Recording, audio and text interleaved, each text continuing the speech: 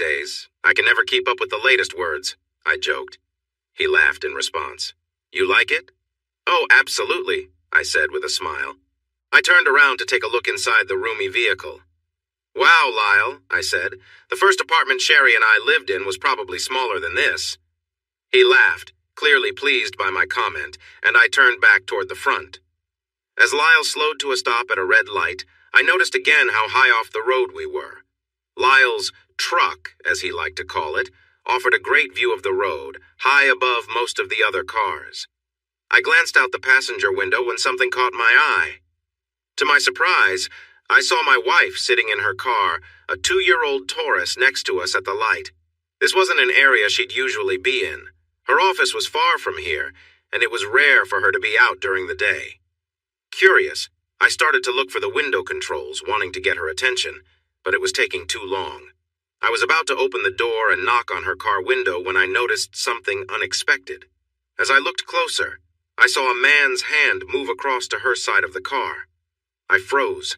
A sharp, sudden ache knotted in my stomach, and a cold feeling rushed through me. My hand shook slightly where it rested on the door handle, and for a moment I felt utterly lost, unable to think or move. All I could do was stare. I waited, expecting Sherry to pull away or react in some way. Surely she wouldn't just sit there. But she didn't stop him. She didn't push him away or even look uncomfortable. I found it hard to breathe as a horrible realization set in. No, this can't be, I whispered, though no one could hear me. A strange, heavy feeling came over me, almost like the time I got hit in the head by a baseball when I was 12. My vision narrowed and my chest felt like it was weighed down. I could barely breathe, barely move. I was a strong person, but at that moment I felt utterly drained, like an empty shell. If I had been lying on railroad tracks and needed only to move to avoid an oncoming train, I doubted I'd have the strength to roll away. My eyes stung as they filled with unshed tears. I watched, struggling to make sense of what was happening, feeling a deep pain and confusion that I couldn't fully understand. The light turned green. I saw Sherry playfully nudge the man's arm. She pulled his hands from beneath her skirt so she could drive, I assumed. I turned in my seat as Lyle sped away from the intersection. I watched my wife's car as it turned right onto a road that would take her back to work. She had no idea who might be watching in the big Suburban. But even if she did, she wouldn't have seen me through the dark-tinted windows. She knew I wouldn't be out at this time. My lunch hour was over half an hour ago. It seemed she didn't care about the scene she and the man had created for anyone who might see them. It didn't have to be me. It could have been anyone. Sherry was so caught up in the moment that she didn't even think to hide what she was doing. It felt like I knew her well, but maybe I didn't really know her at all. When she came home that evening, I received a quick kiss on the cheek. A couple of years ago, I would have gotten warm, loving kisses after a long day at work. Over time, those kisses had become less frequent and eventually stopped. I watched as my wife headed up the stairs. Then, I noticed something strange. I hadn't thought about it earlier when I saw her earlier. "Sherry," I called out. "What happened to your pantyhose? I know you put on a new pair this morning. Why aren't you wearing any now?" She paused before continuing down the hallway toward our bedroom, not facing me for a moment. "Oh, I got a snag in the right leg," she eventually replied. "It kept getting worse, so I just took them off." She smiled back at me, looking more closely than usual, as if she was checking if I believed her explanation.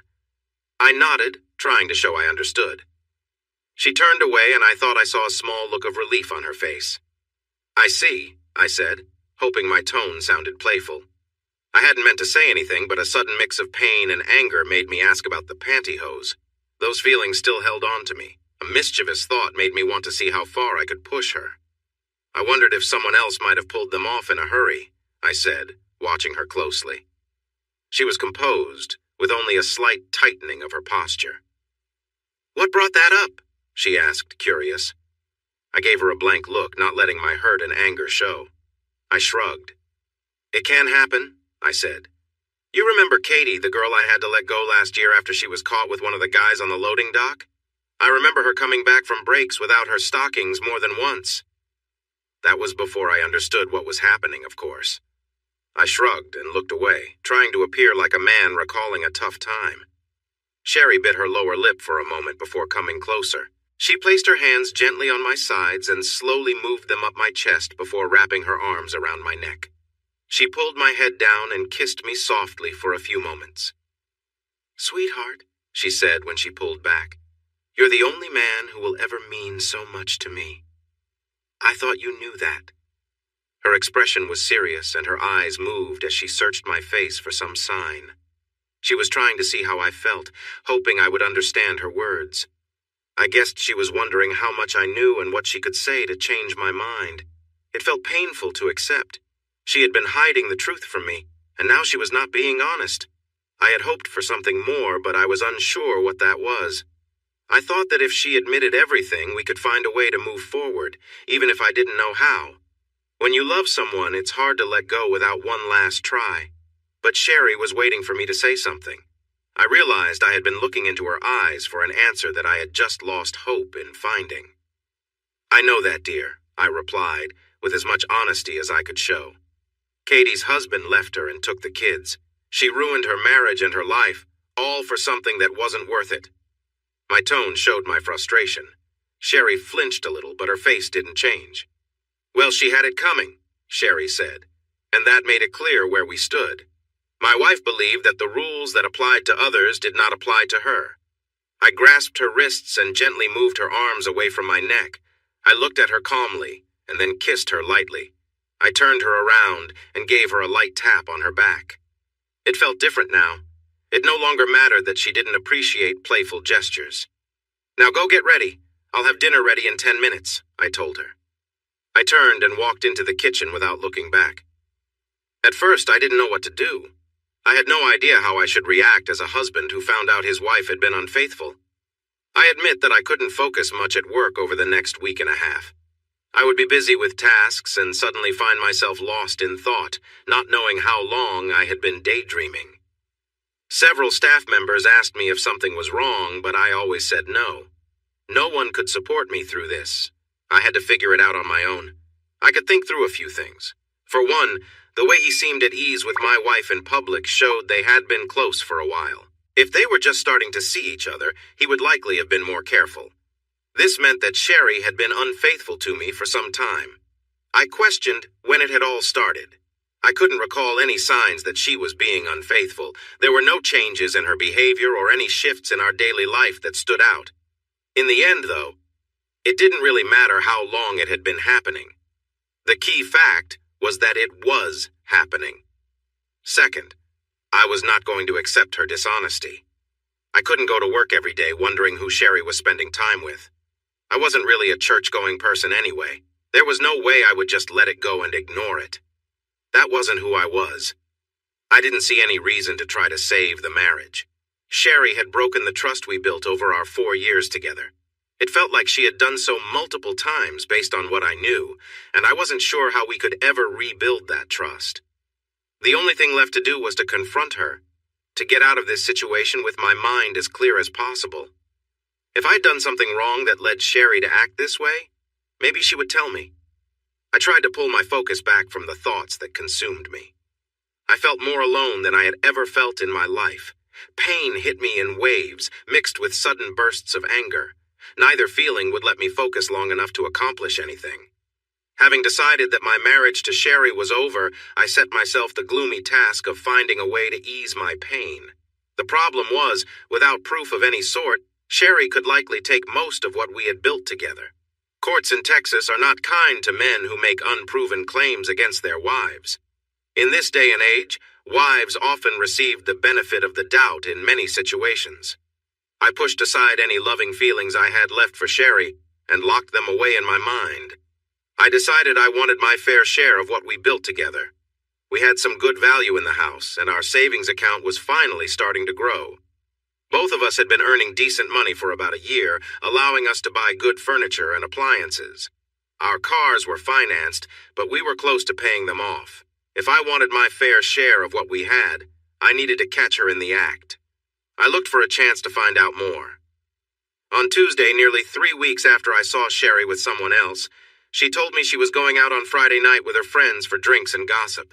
This was something she and a few women in her group did about every 6 weeks. She mentioned Connie, Barbara, Miranda, Colleen, and Tammy would be there, but not Melissa, Sherry's close friend. Sherry seemed to find it funny that they would talk about Melissa while she wasn't there. There was nothing unusual about her going out. She had done this many times in the past. But deep down, I felt this time was different. I couldn't tell from her actions that she was planning to do anything wrong. Still, I felt uneasy and needed to check what she was saying. "Connie," I said cheerfully on my phone. Connie was a friend of Sherry's. She and her husband Art sometimes came over to our house for barbecues or dinner. "Hey there," she replied happily. Connie loved to flirt and took any chance she could. "What's up?" she asked. "Not much," I said.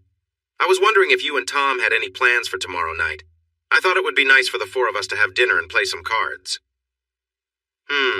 She said playfully. "Let me check my schedule." There was a brief pause, but it didn't sound like she was really checking anything. "Nope, nothing planned for that night. I'll ask Tom, but I think that sounds fun. What should we bring?" she asked. "Just bring yourselves and your smiles," I joked, trying to sound cheerful even though I felt empty inside. The happiness in my life felt gone lately. "Okay, sounds good. I will call you back when I know for sure," she said, then paused for a moment. "Oh, Ron, Tom, and I are really glad to hear that you and Sherry are doing well," she added. I felt a frown come over me as I listened. "We were a bit worried after the trip to Vegas if you two would be okay," she said more seriously. "Vegas?" I replied, feeling confused. At first, I wondered if she knew about Sherry's involvement with someone else, but I was puzzled about how she could know.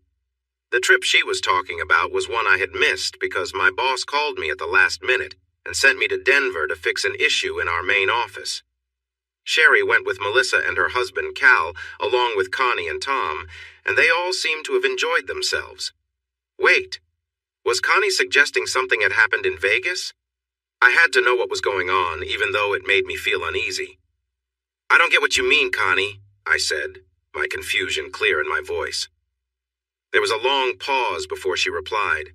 "Oh, it's just me being my usual scattered self," she said. "I'll ask Tom if he has plans for tomorrow, okay?" "Sure, let me know," I replied. She promised she would. I hung up the phone quickly, worried that my voice would show how I was feeling inside. About 30 minutes later, Connie called back, sounding sorry. Tom had a poker game planned at a neighbor's house. She wished it could be different, but it might be another time. I agreed, feeling disappointed they couldn't join us. I thought maybe Sherry and I should just let it go and try again later, but we both knew that wouldn't work. Now I understood two things. Something had happened with my wife in Las Vegas, and Sherry wasn't going out with her friends tomorrow night. I had to hold off on finding out more about the first while I dealt with the second. I had heard that people who cheat often think they are smarter than their partners because they manage to hide what they're doing. They begin to look down on their spouse, believing no one can figure them out. But then they make mistakes because they feel overconfident and assume no one can catch them. This was my first time facing something like this, but I saw that Sherry was making mistakes. If I hadn't seen her with that guy at the stoplight, I might have figured things out eventually. Being seen with him was a big mistake. Any of our friends could have seen them. It didn't have to be me. Another big mistake was not making sure Connie would back her up. She knew I was close with both Connie and Tom, as well as Melissa and Cal. Whatever happened in Vegas was likely common knowledge between them. One of them could have called me with the truth. These were problems she should have handled better. The third mistake was thinking I would trust her and stay home while she was out with someone else. Her fourth mistake was believing that I would tolerate her cheating. I hit my fist down on the coffee table, causing the lamp to wobble. Sherry was in the shower and didn't notice a thing. I rubbed my hand and wrist, feeling angry as I thought about my wife's betrayal of our marriage. I feared that my anger might take over my life. It felt like my jaw was always clenched and my heart raced whenever I thought about what Sherry was doing with another man. I was trying hard to hide these feelings around her, which only made my anger grow stronger. Ironically, I felt a bit relieved when I realized tonight would be their next meeting. I hated to admit it, but I was glad. Once I faced whatever was coming this evening, I planned to share what I knew with my lawyer. He was ready to take action whenever I told him to. Sherry left a little after 7, just as the sun was setting. She thought I was in the garage cleaning up, but I was actually just waiting for her to go. Now that evening had come, I was eager to get things over with and move forward.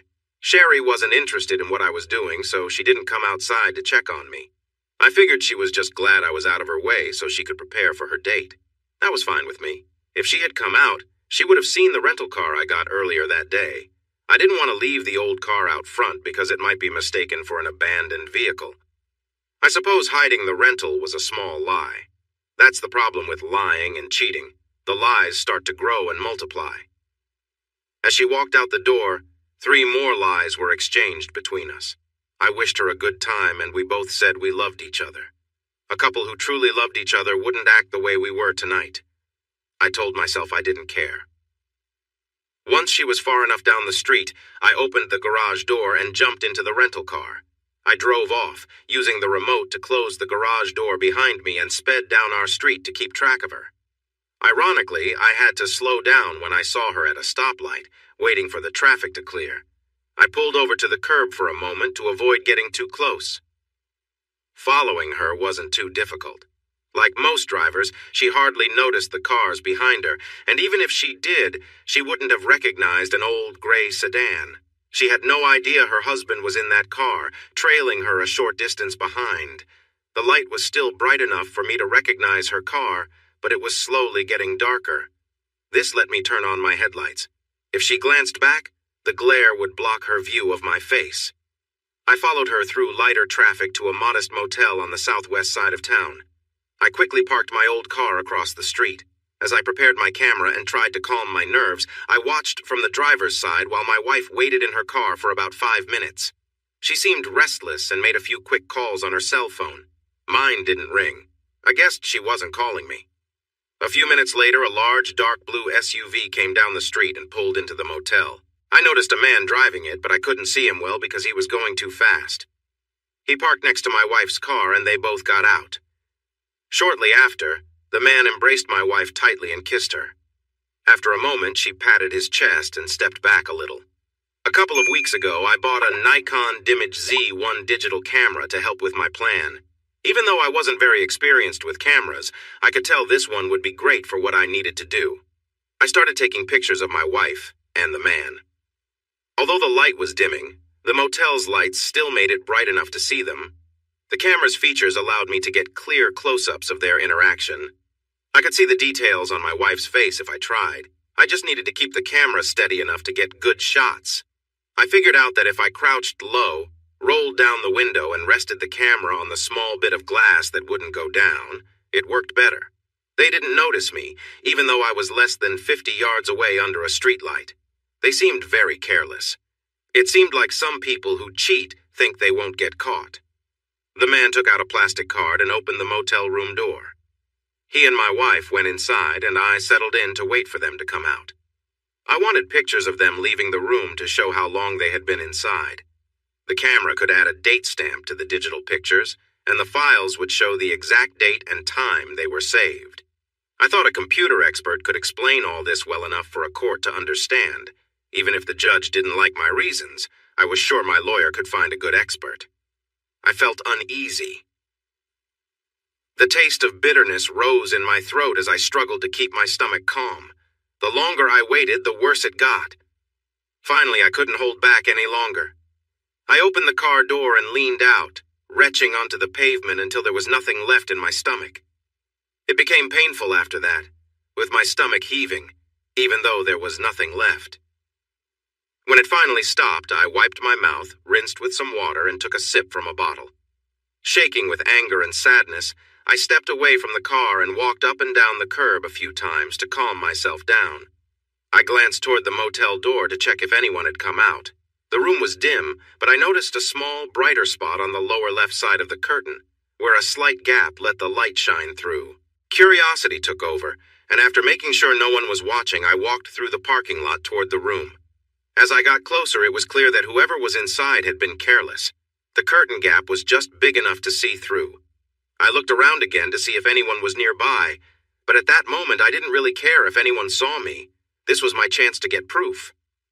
I knelt down, lifted my camera, and aimed it through the gap in the curtains.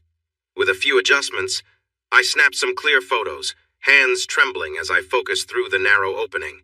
It was challenging, but I managed to capture what I needed. After a minute or two, I had the proof I'd come for, and with a heavy heart, I stepped away.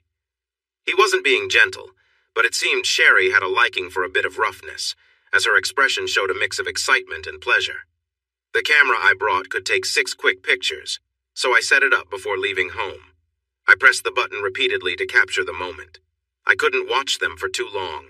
Feeling sick and in more pain than I had since my parents passed away, I sat back and tried to collect myself. I took a deep breath and shut my eyes, fighting the urge to cry. I was hurting, but everyone has their limit for how long they can feel hurt. I pushed aside my emotions, trying to lock them away behind the doors I thought I had closed earlier in the week. Suddenly, the feelings I had for her changed. I didn't feel love anymore, and I certainly didn't like her. This new distance gave me the strength to stand up without feeling dizzy or sick. Then I heard loud voices from inside the room. I recognized Sherry's voice but couldn't understand what she was saying. A moment later, I heard a loud shout that sounded like a man. I didn't know any men who showed such strong reactions, but I guessed it was possible. The sudden noise made me stand up and move away. I didn't want anyone to notice what was happening. I started to walk back to my rental car across the street, but paused by the man's car to think for a moment. I then walked down the sidewalk, looking carefully at the motel doors. I checked under the eaves and stepped away from the building to look at the roof and nearby light poles for security cameras. I spotted a spot at the far corner of the building with disconnected wires and an empty bracket, but no cameras were visible. As I crossed the parking lot, I stood next to my rental car and looked at the empty, deserted restaurant nearby. There were no cameras there. I could see some apartment buildings further down the side street, but they were quite far away. On the main road, I didn't see any businesses that looked like they would have cameras pointing this way. After making sure the cap was tightly secured on my camera lens, I placed it safely in the back seat. With a steady purpose, I returned to where my wife and the other man were parked. I took a pocket knife out of my jeans and opened it, thinking about whether what I was about to do was wise. I then shrugged and crouched down by the man's rear tires. It took more force than I expected, but soon I found the right amount of pressure to plunge the blade into the tire. I was scared that I might slip and hurt myself, but that didn't happen. The loud hiss of air escaping from the tires felt very noticeable, but no one came out to see what was happening. Encouraged by this, I checked all 4 tires on his SUV, then moved on to my wife's car, too. Looking back, I guess it was a silly act. It didn't really help anything and could have made the couple realize that someone was onto them. I decided they wouldn't think that. They were too full of themselves. I wanted to do more, but I held back. A long time ago, I might have forced my way in and confronted them directly without worry of punishment. Even further back, I could have challenged him to a fight and settled things right there. Those were considered reasonable ways for a man to save his pride back then. But now, things are different, and there aren't many options for someone in my situation. I did what I could. Feeling a bit better and not at all guilty about what I had done, I walked back to my rental car, got in, and slammed the door, not caring if anyone noticed. I had taken the first steps to deal with my unfaithful wife and regain some self-respect. There was still little left to do. Monday would come soon, and I planned to have a serious talk with my lawyer. But Sunday comes after Saturday, and I didn't think much of it. Sherry returned home before midnight, angry because someone had slashed the tires on her car outside the club. She mentioned 3 teenagers running away. Then, she complained about having to wait 3 hours for assistance. It seemed I had gone unnoticed while damaging the tires, and now someone else was being blamed. Honestly, I didn't know if her story about the teens was true, but the long wait sounded believable. I just shrugged. None of it mattered to me. I was surprised she came home that early. I thought she would be out much longer with another man. If she had to wait for any time, it meant her time with him was brief, not that it changed anything. I offered some kind words to calm her down. She soon went to bed without wanting any closeness. I understood why. The scent of cheap hotel soap on her skin was overwhelming. On Sunday afternoon and evening, Sherry became very affectionate and wanted me close. From the outside, she looked like someone who hadn't been out with another man just days earlier. She showed no signs of guilt at all. If anything, she seemed happier and more relaxed than she had in months. I had read that being overly nice can be a classic sign that a partner might be cheating. They often felt guilty, even if they didn't show it, and tried to make things right with their spouses. Earlier today, while Sherry was cooking lunch, I spoke with my lawyer. He told me to call him if I needed anything. He was ready to go. All he needed was my signature on some papers, and he would file them at the courthouse before noon tomorrow. The photos I had would help if Sherry challenged the divorce. By tomorrow afternoon, I would be a free man, in a way. The divorce would not be official for 6 months, but I would be separated from the woman who had caused me so much hurt. That evening, Sherry wore a black nightgown that she knew I liked and walked towards me on the bed. I felt unwell just thinking about being close to her after what had happened the previous Friday. I was searching for an excuse to avoid spending time with her tonight. Just the thought of being near her made my stomach churn. I sat on the bed, trying to act uninterested, but she kept trying, appearing as the loving wife wanting affection from her husband. She moved close to me, showing herself in the soft light, and I could feel her trying to engage me. Even though I wanted to resist, her touches were starting to affect me, and she seemed to enjoy that. Suddenly I made a decision. Without thinking about the consequences, I was going to give her what she wanted. It would be one last moment before we separated for good. If I had been thinking clearly, I would have realized my motives were tied to my own feelings of anger and humiliation. But at that moment, I just wanted a small bit of revenge for the pain she had caused me. I imagined a woman who didn't deserve respect, someone I could use without a second thought. I was planning to keep things subtle so she wouldn't realize my intentions right away. I let my feelings towards Sherry shift as I prepared myself. I stood up and drew her close. I leaned in to kiss her softly, our lips barely brushing before I pulled away. I did it again and again until I became more assertive. When I came back for another kiss, I found her lips waiting for me. I held her close, resting my hands on her shoulders and slowly letting them slide down her arms in a gentle, affectionate touch. She sighed softly, leaning into me, our heads close as I looked into her eyes. I wrapped my arms around her, pulling her closer, feeling the warmth between us. She closed her eyes, moving in rhythm with me, letting herself get lost in the moment. Her hands rested softly on my arms, her face relaxed and peaceful. She leaned into me and I placed my hand on her shoulder, brushing a stray strand of hair from her face. I held her, feeling the quiet connection between us, letting the moment unfold naturally. Our heads came close together as I whispered her name, feeling her warmth. She responded with a soft murmur, enjoying the closeness and leaning gently against me. I held her as we stood there, feeling content, both of us lost in the shared quietness. In that moment, the world faded away, leaving just the two of us, peaceful and close, appreciating the comfort of each other's presence. I gently kissed her shoulder, pressing close, feeling her warmth and breathing in the quiet comfort of the moment. She sighed softly, and I could tell she felt at ease, letting herself relax. We sat together on the edge of the bed, her hands resting on my shoulders. I leaned in to hold her, wrapping my arms around her, sensing her steady breaths and quiet presence. Slowly, I let my hands slide down to hold her at her waist, feeling the natural rhythm of her movements. She tilted her head back slightly, and I traced a light path from her shoulder down to her arm, feeling the softness of her skin. Her breathing grew slower, and she closed her eyes, leaning into each gentle touch, relaxed and calm. I brushed her hair back, taking my time to make sure she felt cherished. Kneeling beside her, I gently held her hands, feeling the connection between us grow stronger as we simply sat in the quiet together. After a moment, I stood up, lifting her softly and helping her settle onto the bed, placing a soft kiss on her forehead as she lay down, comfortable and at ease. With care, I moved beside her, sharing one last quiet moment, letting her rest as I watched her drift off into peace and relaxation. The warmth of that shared moment stayed with me, filling me with a sense of contentment. I placed a gentle hand on Sherry's knee, feeling her respond with a slight tremble. My hands rested on her legs, offering comfort and warmth as I gave her an encouraging smile. She gripped my forearms tightly, holding on for support, and I continued to reassure her with a calm and steady presence. With a soft touch, I placed my hand gently on her shoulder, watching her breathing grow deeper and more relaxed. She leaned into the moment, her focus steady as we shared a quiet connection.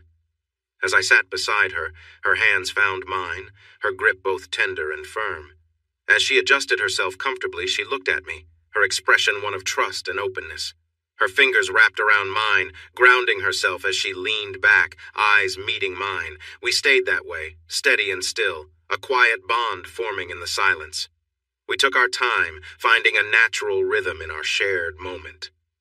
I held her hand and gave it a soft squeeze, a small gesture of comfort and closeness that brought a warm, peaceful feeling between us. I held her close, sensing the deep connection and trust she had in me. My hands gently rested on her shoulders, offering comfort and warmth, and I saw her begin to relax, letting go of the tension she had held. Her breathing became slower and steadier as we shared the quietness of the moment together. She leaned back slightly, her hands finding mine in a gesture that felt calm and reassuring. I placed my hand softly on her arm, feeling her relax further, her face showing peace and trust. Her hands tightened briefly on mine, a sign of the quiet comfort she felt in my presence. As she lay back, I could see the calm come over her, filling the air with a sense of peace. I leaned close, brushing a loose strand of hair back, feeling the warmth of the shared silence between us. Her body moved with gentle, slow breaths, and I could see she felt at ease. In this moment, the world outside faded, and we shared a feeling of closeness and understanding that needed no words.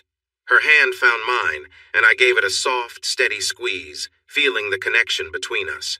As we sat in this peaceful moment together, the trust and warmth grew, filling me with a quiet contentment that lingered.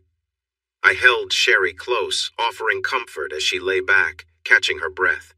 Her breathing was quick and shallow, and she clutched the bedspread, holding on tightly. I could feel the warmth between us, a quiet moment of shared peace, and she slowly began to relax, letting her hands ease their grip. As her breathing steadied, I gently touched her shoulder, watching her gradually calm down. Her body softened, settling back into the bed as her muscles released the tension they had held. Her eyes were closed, her face peaceful, as she sank into the moment. With care, I moved beside her, placing a comforting hand on her arm, letting her know I was there. She reached for my hand, giving it a soft squeeze, and I stayed by her side, grounding her as she relaxed fully. We shared a quiet moment in the soft light of the room, our breaths slowing until they matched in gentle rhythm. She reached up, taking my hand in hers, a small smile on her face. We lay there, simply enjoying the closeness, her hand warm in mine as we rested together, both feeling a quiet sense of trust and connection. The room was still, and I felt a calm come over us as we drifted peacefully into the night, the unspoken bond between us stronger than any words. I knew that tonight would be unforgettable for Sherry. As we shared a quiet moment, she lay beside me, catching her breath, and I felt the connection between us deepen. We were both immersed in the moment, each aware of the bond we shared. After a short rest, I moved closer, gently placing my hand on her shoulder and offering a reassuring presence. Her breathing slowed, and she looked at me with a peaceful expression, the room filled with quiet comfort. I adjusted my position, and she responded with a slight smile, relaxing fully. She reached out, taking my hand and squeezing it, showing trust and openness. Our movements became synchronized, creating a steady rhythm as we simply enjoyed each other's presence. The warmth of the room surrounded us, and her hands softly brushed my chest, each touch a reminder of our closeness. She held on tightly, grounding herself, and I matched her calm energy. Together we shared this peaceful moment, both lost in a steady rhythm that felt right. Our breaths fell into sync, our movements unhurried and filled with gentle care. We were simply there for each other, supporting one another through the silence of the night. I moved closer to Sherry, taking care to be gentle as I held her hand. I could see the tension leave her face as she relaxed, finding comfort in the closeness between us. She held on to me tightly, her breathing calming as we shared this quiet moment. We moved in rhythm, both of us finding peace in the stillness around us. With time, I eased back a little, giving her room to breathe. We lay side by side, and I reached out, placing a reassuring hand on her arm. She looked at me with a calm expression. Her gaze softened, and I could tell she felt a deep sense of contentment. Our hands remained linked, our connection strong. After a few moments, Sherry turned her head, her eyes filled with appreciation. She moved closer, resting her head gently on my shoulder, finding warmth in our shared closeness. We stayed like that, both content and quietly absorbing the calmness that filled the room. "Thank you," she murmured softly, her voice trailing off. I could sense that whatever words she had planned to say didn't matter now. We stayed in each other's presence, feeling the bond between us grow stronger. The silence around us felt complete, and I felt a sense of peace settle over us as we drifted into the comfort of the night. I didn't ask her what she meant. "All you had to do was be here with me," I said. I hoped it was unclear enough for her to think about later. She stirred a little, nodded as if she understood, and then fell into a deep sleep. I got up and took a long hot shower. After I finished, I walked down the hall to the guest room and lay down on the bed. Sherry hadn't moved when I passed our bedroom, now her bedroom. I doubted she realized I was gone. She would be annoyed when she woke up on the damp spot I had left. I didn't sleep much the rest of the night. I knew what the next day would bring, and even though I was anxious, I was also ready for it. I hoped it would help me move on from the troubles that had troubled me for the last month. The next morning, I was dressed and gone before Sherry woke up. I knew she'd be upset about my sudden absence, but I didn't want to be around her. It was too hard. 3 hours after she left, I returned home with a U-Haul truck. I had already taken the camera to my lawyer's office, and one of his assistants had made 2 copies of everything. The sympathy in her eyes was clear when she handed them back. I appreciated it, but felt a bit suspicious, as I didn't want to feel sorry for myself.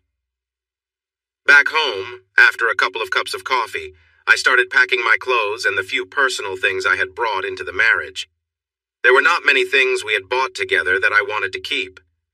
I had originally planned to take some furniture, but all I wanted was the DVD player, a 25-inch TV, and some music CDs. Nothing else seemed appealing. I backed up everything on my computer, opened the case, and took out the backup hard drive. I put it in my briefcase to use later. Before I left, I laid out a dozen prints of the photos I had taken last Friday night on her dresser. I used the computer one last time to print a note from my wife in the biggest letters I could fit. "Enjoy the memories of last night, dear. They're the last you'll have of me." This was the second silly thing I had done in 4 days, and it didn't feel good in the light of morning. But I had worked hard to say this, and I wasn't going to back down now. I taped the note to the mirror, turned around, and left what had been our bedroom, walking down the hall and out the garage door. I didn't bother locking the place up. It was no longer my responsibility. I had thought once the divorce papers were served to Sherry, our lawyers would discuss and sort out the division of our things and other assets. I thought we'd just sign some papers, see the judge, and everything would be done. I was wrong.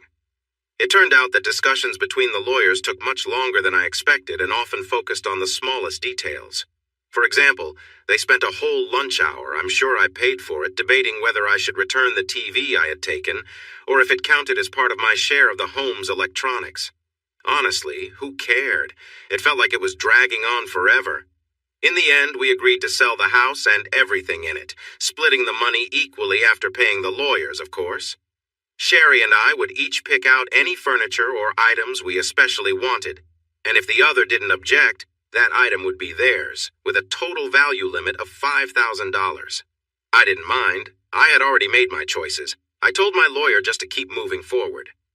A few weeks after the divorce papers were filed and before our first court date, I went to visit Cal and Melissa to find out how everything had started. Melissa was Sherry's best friend from college, and I had known Cal a bit. Over the years, we had all become close. It struck me that Cal and Melissa hadn't come over since our trip to Vegas, and I wondered if they could tell me anything about what had happened. When I got there, they were outside in the backyard. Cal greeted me, handed me a cold beer, and led me to sit in the shade of a big pecan tree. We sat there for a few awkward moments. So, I started, but Melissa suddenly got up and ran inside in tears. Cal and I exchanged glances, surprised. "She's a bit emotional sometimes," Cal said quietly. "I know," I replied, trying to smile despite the heaviness in the air. Melissa was always honest and straightforward, and I appreciated that about her. In some ways, she felt closer to me than my late sister had. "Ron," Cal said after a moment, "Melissa and I really feel terrible about you and Sherry splitting up, but we just didn't know how to handle it." I looked at him, unsure. I could see he realized I didn't know. "You didn't know?" he asked. I shook my head. Cal reached into the cooler beside him and got 2 more beers, giving one to me. "We were unsure if we should tell you anything when we got back from Vegas," he added, looking sad. "We thought Sherry would tell you what happened. It couldn't be kept a secret. And after a while, it seemed like she had, and the 2 of you had talked things over." "What do you mean?" I asked quietly. Cal took a deep breath and spent the next 20 minutes explaining how Sherry had gotten very drunk on the first night in Vegas. She was upset because I had to cancel at the last minute, and she told the other couples that if I wasn't there when she needed me, she would find someone else. The rest of the night, Sherry drank a lot and danced with every guy who caught her attention. At some point, she and a blonde guy disappeared, even though the other couples tried hard to keep track of them in the casino. No one saw her until the next day. On Saturday afternoon, Melissa and Connie went to Sherry's room and knocked on the door until she finally answered. According to Melissa, Sherry looked a mess. The blonde guy had been in the bathroom but came out when she answered. Sherry was defensive but also drunk and sassy. The guy seemed indifferent about what happened. He left after a while, but since Sherry didn't join Melissa, Cal, Connie, and Tom that Saturday evening, they were pretty sure she had spent time with the man again. Aside from that brief meeting Saturday afternoon, they didn't see Sherry until late Sunday afternoon when she showed up at the airport to catch her flight home. They didn't know how she got to the terminal, so they couldn't say if her boyfriend brought her. They didn't really care. I didn't blame them. Melissa returned outside with red eyes and stood behind my chair, resting her hands on my shoulders. Occasionally she would gently pat me, like one might comfort a sad child. I felt like that at that moment. When Cal finished talking, I sat lost in thought. "I wish you had told me," I said after a while. "I'm not sure it would have made a difference, but maybe some of the lies and the hurt could have been avoided." I sighed and bit my lip. But the damage was done. I guess it wouldn't have mattered in the end. "How did you find out about Vegas?" Melissa asked softly. I leaned back to look up at her. "You all just told me," I replied. She looked puzzled. "Well, how did you really find out?" she asked. I took her hand and gave it a gentle pat. "I saw them in Sherry's car on the street a few weeks ago, and I knew something was wrong," I said, feeling frustrated. Both of their faces went pale. They winced with sympathy. "Oh, you poor thing," Melissa said. "What a terrible way to find out." I shrugged. "I'm not sure there is a good way, Lissa," I said. "But it's over now." I looked at the grass by my feet to hold back the tears that had suddenly filled my eyes. Sherry had come over a few days ago to tell them about the divorce. Melissa said Sherry was very upset that Melissa wouldn't support her. Sherry called it a big mistake. When Melissa called her some harsh names, Sherry had stormed off. That was typical for Sherry, blaming everyone but herself and the other person involved. Cal, Melissa, and I talked for about an hour more before I left. Their little baby needed care, and I wouldn't have added much to their dinner, even though they really wanted me to stay. 3.5 months into the divorce talks, the issue of the pictures I took came up. Sherry was worried I might share them online. I thought that suggestion might be useful, so I looked for a way to share them. I joked about sending copies to everyone at Sherry's office and her friends, even though I didn't plan to follow through with that. But it got us talking again. It would have been complicated legally if I had gone through with my threat. For one, I took those pictures without permission from the motel or the people in them. I told my lawyer that I'd go for it if something didn't change soon. The next day, Sherry's lawyer brought up how to divide the house and offered me 60% of the sale price if I would hand over all copies of the pictures. I said no. After some time, they offered me 55% if I would only keep one copy and promise not to share any online. Sherry also asked for a private meeting with just the 2 of us. I countered with 60%, keeping one print and only 30 minutes with her. We eventually settled on 60% of the house, 2 sets of the pictures, one for me and one for Sherry, no digital copies, and a 1-hour private meeting. They dropped their court motions and agreed to a no-fault divorce as soon as possible. The court recognized that Sherry and I were no longer living together as a married couple while waiting for the final divorce. Texas doesn't have legal separation, so this was the best we could do. I was okay with that. The sale of our home and belongings could move forward, and the waiting period for the divorce would not be delayed. In another couple of months, all of this would be finished. In the meantime, I worked hard to keep my job from being affected by the divorce. In fact, I found comfort in my work. I was the first to arrive in the morning and the last to leave that night. Maybe because he noticed my renewed commitment to the company, the boss made me the temporary head of the R&D branch. He handed me all the issues to handle, but didn't offer me a pay raise. I didn't mind too much. I just made sure that the troubles in my personal life didn't affect my work. I got there about 10 minutes early. I had hoped for slow traffic so I could arrive late, but that didn't happen. The meeting with Sherry was set to take place in a spare office in my lawyer's suite.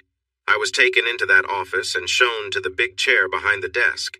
It was supposed to have a strong effect on Sherry, putting her at a disadvantage. One of my lawyer's helpers, a young woman who had been kind when I started the divorce process, adjusted my tie and brushed off some imaginary lint. As I sat there, she leaned in close. I could smell her perfume, and if I had looked down, I would have seen more than I intended. When everyone else left the room to greet my wife, she kissed my forehead impulsively, told me to hang in there, and gave my hand a reassuring squeeze. As she stood up to leave, she turned back and smiled before she walked out. Once everyone was gone, I moved to a chair at the small conference table by the big desk. I felt no need for props or barriers. My wife had been unfaithful, I found out, and I was ready to end things. I didn't see it as more complicated than that.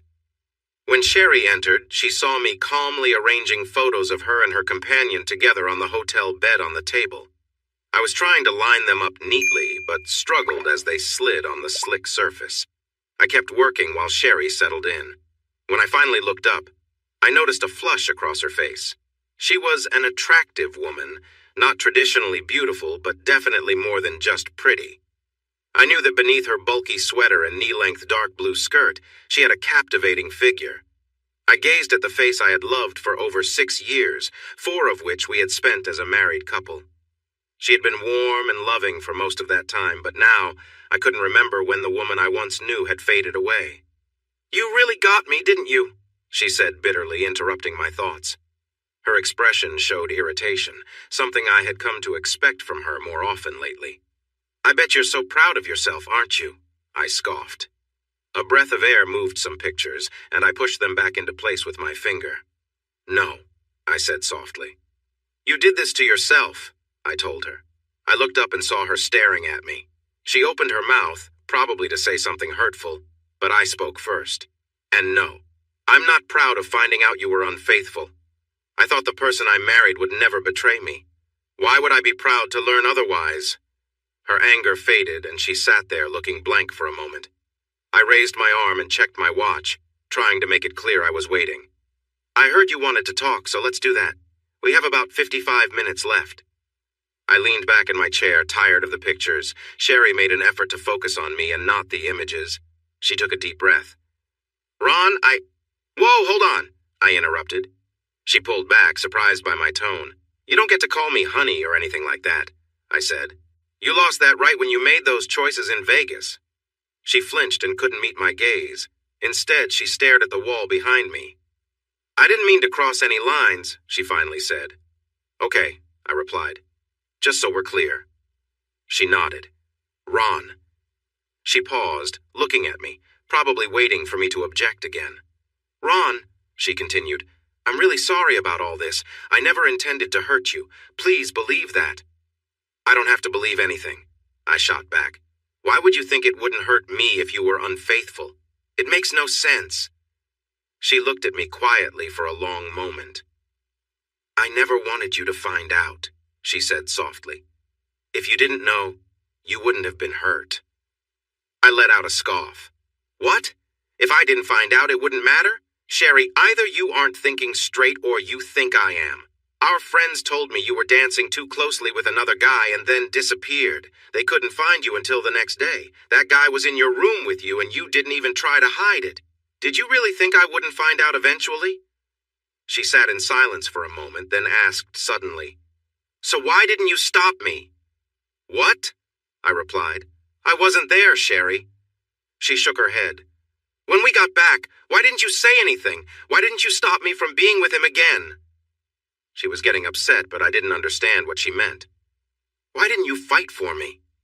"You're supposed to care about me," she said suddenly. I felt confused. It was already difficult without her speaking in riddles. "Sherry," I replied tiredly, "I had no idea what you were thinking. How could I know what you wanted?" Then it hit me. "Oh, Sherry, Melissa and Cal didn't say anything about Las Vegas until I saw you with that guy." She flinched at my mention of him, but I wasn't in the mood to be nice. "Do you want to know how I found out?" I asked boldly. She nodded, a small tear forming in her eye. "I saw you with that guy while I was waiting in a van at a stoplight," I said bluntly. "He was too close to you and I was shocked." Her body language changed. She went from being defensive to looking sad and defeated. I let my words sit with her. "I'm so sorry you saw that, Ron," she finally responded. "I'm sorry I let it happen. I'm sorry about everything." "You didn't seem sorry at that moment," I told her. "In fact, it looked like you were enjoying yourself," I said, trying to lighten the mood a bit. She winced but then sat up straight. "I came here to be honest with you, and I will be," she said. "I liked it," she admitted. "I shouldn't have, but I did. But not as much as if it were someone else," she added. "But it wasn't just someone else, Sherry," I replied gently, "and it definitely wasn't me. It was him, and he had no right to be that close." I slammed my hand on the table, making a loud noise that echoed against the law books around us. "I had a special commitment with you, Sherry," I declared. "It's called marriage. No one else had any right to be that way with you but me." I leaned back, feeling shaking with frustration. I fought to stay calm. The pictures on the table slid around as I tried to collect myself. To keep my hands busy, I started stacking them neatly. "I'm sorry, Ron," she said after a moment. "You're right, I shouldn't have been with that man. I don't have any excuses." "For the first time today, I agree," I interrupted, cutting off her explanation. "Yeah," she replied. "I know." She took a deep breath. "Ron, would it change anything if I told you that after we took those pictures, I told him I wasn't going to see him again?" I looked up from my pile of photos. She sought my gaze. I shrugged. "No, not really," I said calmly. She looked shocked, as if she thought she had said something important. "Sherry, you cheated on me in Las Vegas in front of our friends. When you got home, you didn't come to me to talk about it. Instead, you went to see him many times here in our town. You didn't stop when you returned. What's the saying, what happens in Vegas, stays in Vegas? Well, that didn't apply to you, did it? You kept going and going like that bunny in the commercials. You know, Sherry, people say that cheating becomes easier each time. It looks true in your case. You had no trouble finding times to meet your blonde guy. I doubt you would have ever stopped if I hadn't caught you with those pictures and then filed for divorce." I looked up from the photos spread in front of me. "You told me you wouldn't see him again. But to be honest, I don't believe you," I said firmly. "I think you're lying." "It's true," she replied sharply. "Just after we went into the room, I told him it was our last time. I had already decided to stop seeing him. I felt guilty and wanted to end it." She reached for one of the photos and held it up. "Look at this," she insisted. "He was being rough with me because I said I wouldn't be with him again. A bit later, I managed to break away and kicked him." I shook my head. I didn't want to see what she was showing me, and it didn't really matter. "It looks like you were enjoying yourself," I said, raising my hand to stop her from arguing. "But let's assume you're telling the truth." I leaned forward. "If you wanted to stop seeing him, why didn't you just call him and say so? Why did it have to end that way?" She looked down. "I know. It was wrong, but no, Sherry, I don't want to hear it. Even if I tried to believe you, I can't see how you would stop while your secret life was still hidden from me. You might mean it now. Maybe you did stay away for a little while, but you'd have gone back to him. or found someone new the first time you were upset with me or things didn't go your way. Eventually, you'd have felt the urge again and used it to get back at me for every real and imagined problem we had, right? Wasn't that part of what you were doing, Sherry? I felt anger rising again and tried to calm down. I slouched back in my chair, trying to appear calm. Sherry was crying again. "You don't have to talk to me like that," she said quietly. "I'm your wife." I looked away, feeling frustrated. "Not for much longer," I replied harshly. "We're separated, the courts have confirmed it, and all we need to do is wait another 52 days for it to be final. And besides, I talk about people in a very different way than I would talk to a loyal partner if I ever have one again." Tears began to flow down my face. "Ron, I want to apologize for what I've done. Can't you see that? I'm really sorry." I shook my head, feeling exhausted by the whole situation. "Okay, Sherry, you're sorry. I'm sorry too. Everyone involved in this tough situation feels sorry. But what does that change?" We sat in silence for a moment. "Sherry," I said softly, "you've taken away something very important to me." I pointed to my chest. "There's a big emptiness inside me where I used to have the image of a woman I loved more than anything, a woman I trusted deeply, someone I could rely on when the world felt against me. You were my friend, someone I could share anything with. You were the one I imagined spending my life with, the only one I wanted to be close to. You took all that away and I can't get it back," I told her. My voice quivered and I needed to pause. Sherry was crying even more. "Ron!" I cut her off. "Sherry," I said slowly, "you've hurt me so much by being with someone else, betraying me, betraying yourself, and betraying our marriage." I took a deep breath. "I just hope whatever you gained from it was worth the damage to our relationship, especially since I heard that the man you were with is having problems too." That was true. An investigator who worked with my attorney found a garage that had picked up 2 cars with slashed tires from a motel, took them for repairs, and then returned them. The record driver remembered a very upset woman and a quiet man with those cars. Each report had the license plate numbers, and once he had that, it was easy for the investigator to discover the man's name and some personal details. When my attorney told me who he was, I found a number for his home and spoke to his wife. She was furious when I shared what I knew. It didn't surprise me that she also filed for divorce. Interestingly, there were actually 3 teenagers who ran away from the motel when Sherry left her room. They might have been up to no good, but I knew they weren't responsible for the tires. I watched my wife sob for a while. I wanted to hold her close, but she felt like a stranger to me now. "Can you tell me why you did it?" I asked. It took her a long time to stop crying and gather herself. Melissa and Cal shared some of the things she said in Las Vegas with me. I wanted to ask her if she could tell me more. "I don't know, Ron," she said, sounding upset. "It felt like a whole different place there. From the moment I got off the plane, it didn't seem real. Then I drank too much. The lights were so bright, it was like they mesmerized me. You weren't there, and I was angry you didn't come with me. Then he talked to me kindly, saying it was sad I was alone. After a while, I just gave in, Ron." Her voice broke at the end. I looked at her and felt a strong sense of disappointment. "Well, that's just—" I struggled to find the right words to express my feelings, but they didn't come. "None of that is an excuse," I finally shouted. "First, I had to go to Denver to fix a big mistake in the power delivery system. If I didn't go, I would have lost my job, and then we couldn't pay for that big house you wanted a couple of years ago. I wanted to be with you in Vegas, but I couldn't. Don't you think I would have if I could? Then there's the drinking. Who told you to drink too much in the first place? Are you a child that needs someone to take a drink away? Come on. You should not have been drinking if you can't control who you let get close to you when you do. Bright lights? Mesmerized? What does that even mean, Sherry? Should everyone treat you like you have a problem because you're distracted by the pretty lights? Give me a break." I took a deep breath and leaned on the armrest of my chair. Something else she said made me angry again, and I leaned in closer to her. "And you said he was talking to you nicely. That's something, isn't it? You're a beautiful woman, Sherry. Of course, men will notice you. So what? Who told you it was okay for a married woman to let someone else comfort you and tell you that it was awful your husband wasn't there? That's what he did, wasn't it? He made me look bad for not being there for you." She nodded. wiping her face with a tear-soaked tissue. "Yeah," I said, feeling disgusted. "And you accepted it, didn't you?" I shook my head in disappointment. "Listen, Sherry, you talked about drinking. You're married. That means you're supposed to act responsibly. A married person should avoid situations that could lead to trouble. I mean that seriously.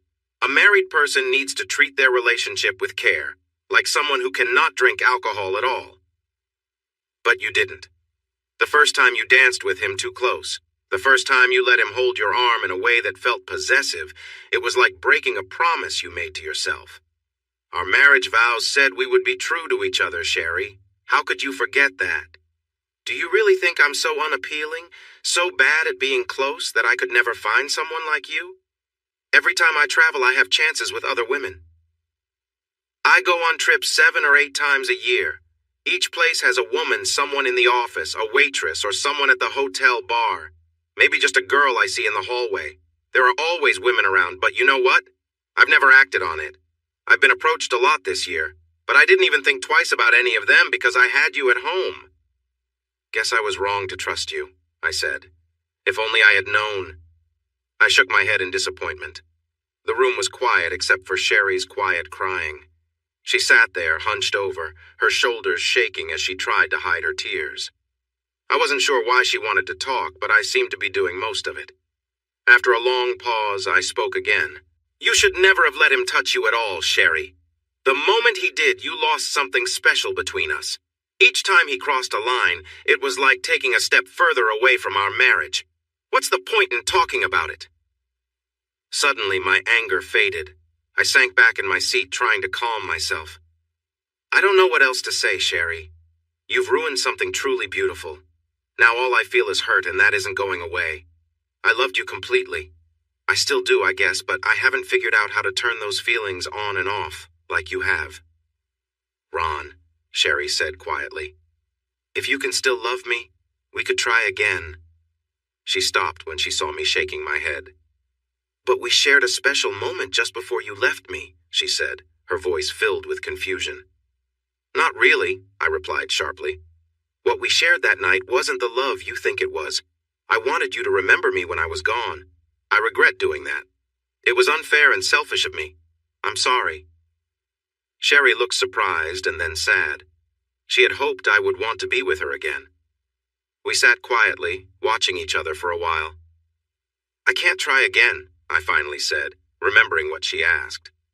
"I have nothing left to give, Sherry," I continued. "I can't trust what you say. I know you've been dishonest since you got involved with someone else. You were misleading me every day, and that is really unfair to someone who cares about you. I can't trust you anymore, Sherry. I can't picture ever feeling safe with you again. I can't live like that." I sighed and leaned back in my chair, staring at the ceiling. "I don't know what I did to deserve this," I said, thinking out loud. "It seemed like we were good together. If I didn't make you happy, you must be a great actress. I never saw so many false moments in one night if that was the case." I paused, trying to understand my thoughts. "You know, Sherry, I know I'm not perfect.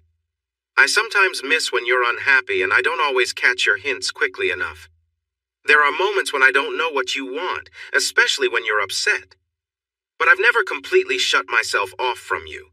I try to be kind, even if I don't always get it right. I only watch one football game a week to have extra time with you on weekends. I take you out when we can afford it.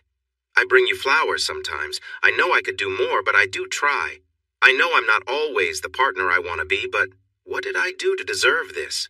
"Nothing. Nothing at all, Ron," Sherry replied quickly. "It was just me. I did something mean, foolish, and hurtful. I'm really sorry for hurting you. I feel terrible about what I did. I wish I could undo it, but I can't. I can't change the past." She went quiet, maybe too drained to cry anymore. "I can't stop wondering, Sherry," I said quietly. "When did you decide it was okay to be with someone else? What made you think that was the answer to the problems we had?" "I never decided to do any of that, Ron," she replied softly. "I'm really sorry. If I had been in charge, I would have made different choices. This mistake just happened. I didn't want it. I wasn't looking for it," she said. That was it for me. I couldn't take it anymore. I sat up in my chair and started to gather the pictures, putting them into a neat pile. I was tired of all the excuses. No, it didn't just happen, I said firmly. Come on, Sherry. You can't tell me you were just walking through the casino that night and suddenly found yourself in that situation. No way, that's not true. You let this happen. Let's be honest. You made it happen after you got back home. And honestly, you wanted it. You may not have looked for it in Vegas, but you certainly did here in town.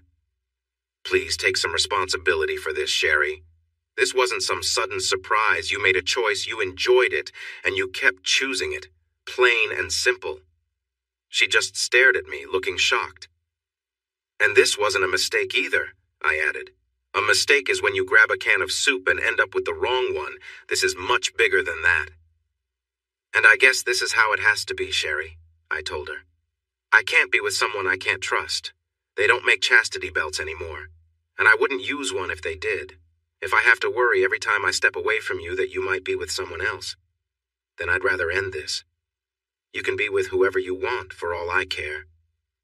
I put the pictures into my jacket pocket and stood. I have nothing more to say, Sherry, and our time to talk is almost up. Do you have anything to say?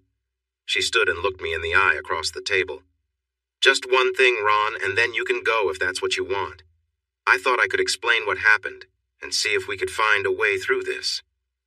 I pulled one picture from my coat pocket and held it up. Sherry, I don't need an explanation. This one photograph tells me everything. If it didn't, what Cal and Melissa told me would have filled in the gaps later anyway. I don't understand what you're trying to say. Don't you see? When you went to your room in Las Vegas with that man and closed the door, you shut me out of your life. You ended our marriage with that one choice. Everything else is just more confusion on top of it. You can't explain this away. The truth is the truth, and nothing can change that. I don't know what else I can say. How about if I say there is no explanation that will change anything? Does that make it clearer? She seemed to find a bit of strength. Somehow she ignored what I had just said. She didn't comment on it.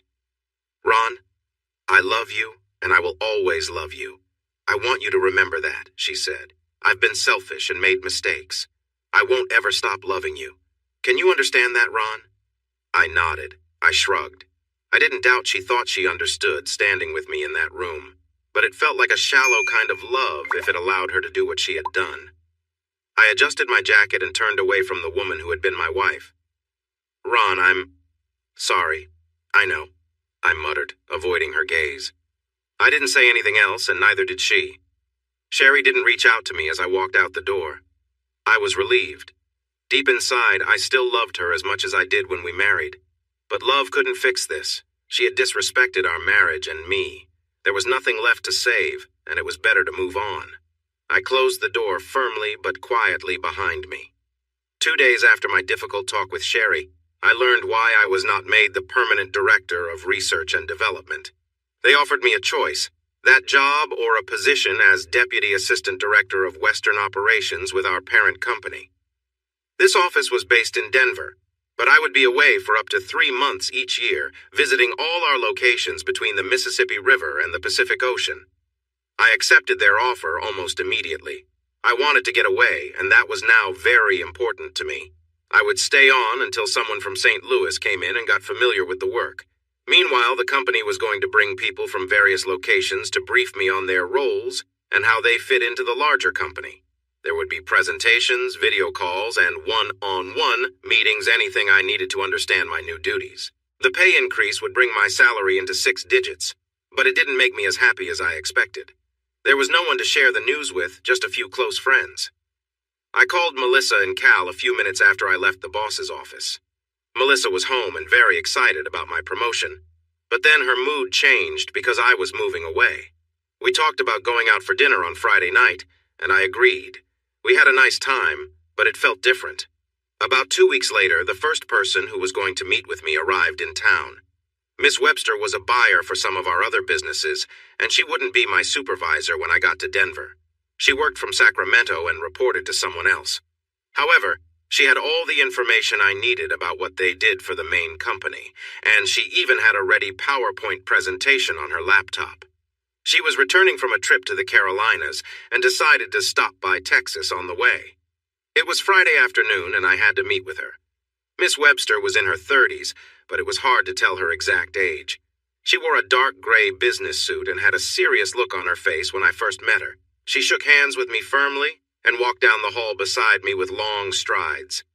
She was shorter than I was, but you wouldn't know it from the way she moved. We went to a conference room set up for presentations. When we got there, she looked around and chose a smaller room instead of the one with all the fancy projectors. She set her laptop on a table and began working on her slides. Sitting at the corner of the table with the laptop between us, she explained her division's operations and the company as a whole. I think I surprised her with some questions I had about how things worked, who did what, and why they did it that way.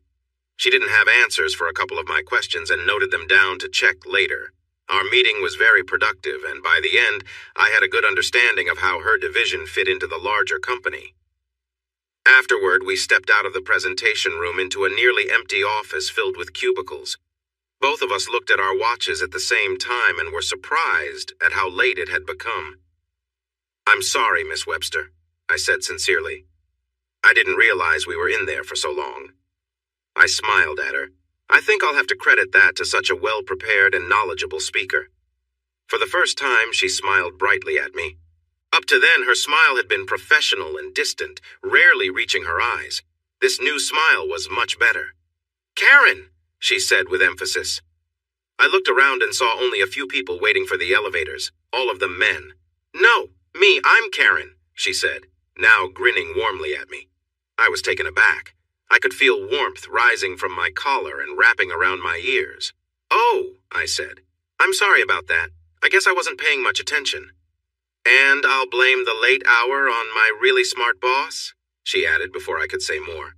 Her smile and kind words along with her hand on my arm made me feel better.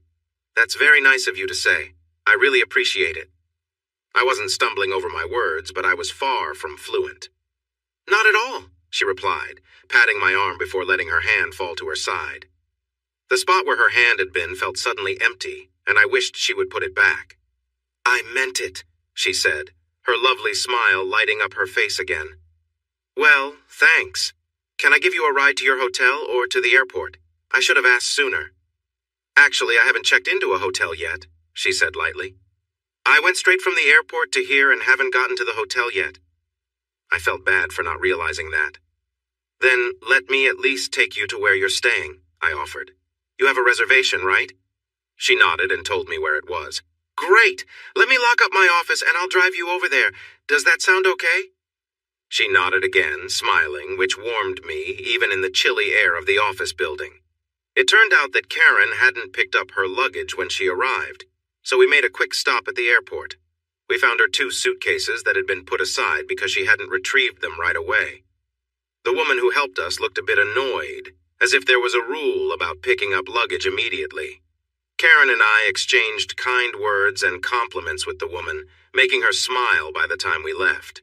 Once we were out of sight, we laughed together about how well we had turned her mood around. It felt nice to share a laugh with someone again. After getting my car from the parking lot, I drove Karen to a nice hotel downtown and walked her to the front desk. Her reservation was confirmed, and her room was ready. I didn't really need to accompany her. She had everything under control. But I helped carry her luggage in so I wouldn't feel awkward. Once all the paperwork was done and she was ready to head to her room, I hesitated, wondering if I should just leave. I felt like I was back in high school. Karen, if I'm being too forward, please let me know, but I accept," she said, surprising me with her honesty. "Just dinner, or—" I stared at her for a moment, unsure. It had been years since I had asked someone out, and it felt easier than I remembered. "How about dinner, and then maybe we can go somewhere for a quiet drink and a little dancing?" I suggested. She stepped closer and gave me a gentle kiss on my cheek. "Pick me up at 8?" she asked, stepping back. "I'll be here," I promised. She smiled nicely and walked away, leading the bellboy toward the elevators.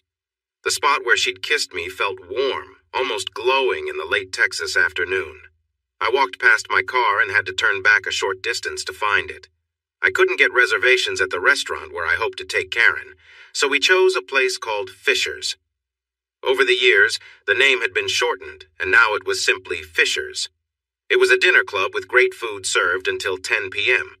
After that, they opened a wall that hid more tables and a large dance floor, turning the space into a lively nightclub until 2 a.m. Diners could enjoy their meals and stay at the same table if they wanted to. However, if they wanted to dance, they had to weave through other tables, which some found tricky. Others preferred to sit near the dance floor. It was a nice spot for adults, and my wife and I had gone there many times when we were together. When I arrived at her hotel, I called up and Karen came down to the lobby. I'm sure my mouth dropped open when the elevator doors opened, and I watched her walk toward me. She wore a soft green evening dress with thin straps, and the bodice hugged her gently. The skirt flowed down to just above her knees in front and below the knees in back. It looked like it had layers of delicate fabric. Her dark blonde hair fell nicely to her shoulders. She walked up to me, wearing heels that made her eye level with me. She had lovely eyes, too. "You're beautiful," was all I could manage to say. It was sincere, even if it wasn't very fancy. I felt a bit shy, but maybe that was okay. She felt a little shy, but didn't seem bothered by the compliment. She took my arm and pressed it to her side like it was something natural. "Shall we go?" she asked. "Honestly," I replied, still feeling bashful. "I could spend all night just admiring you." I gave her a smile, hoping it looked real. She smiled back and gave me a soft kiss near my ear. "But I'm hungry," she said. "You need to feed me." I nodded, smiling at her like a fool. "Then let's go, madame," I said, waving my hand toward the sliding glass doors that led outside. She nodded, and we walked out together, arms linked. I don't even remember passing through the doors. "This is a lovely place," Karen said quietly, leaning in to speak. She looked around, smiling at people who noticed her, taking in the lively atmosphere. Others noticed her too. I wasn't a regular here, but some people recognized me. They seemed curious about the attractive young woman with me. Many of the single men were gazing at Karen with admiration. I understood why. She was stunning. And she was with me. "It is," I agreed. I hesitated but decided to share what was on my mind. "You're probably getting a lot of looks because I used to bring my wife here sometimes," I told her, trying to sound casual. She looked at me for a moment, then leaned in closer, touching my finger where my wedding ring used to be. "So, what's going on?" she asked. "That's just a reminder of a marriage I thought was solid," I replied slowly. "In just a couple of weeks, I'll have the final papers," I added. "We've been apart for a while, just waiting for the required time to pass." "What happened?" Karen asked steadily. She looked straight into my eyes without judgment, but also without pity. I gave her the brief version. "Well, we had been drifting apart for the past year, and I'm not entirely sure why. She has her job, and I seem to be starting a new path I didn't expect. Maybe we were just growing apart without noticing," I reflected. "Anyway, she went to Vegas with some friends, and I couldn't go last minute due to a problem at work. She says she was upset and ended up having a little too much fun." "There was a man, which led to trouble," I said. "A one-time thing?" Karen asked. I shook my head. "No, she spent the whole weekend with him. Some friends told me later that she didn't know he was from here. When she returned, he started calling her and things continued from there. I'm not sure how many times it happened, but it went on for about 6 weeks before I spotted her on the street with someone I didn't like much."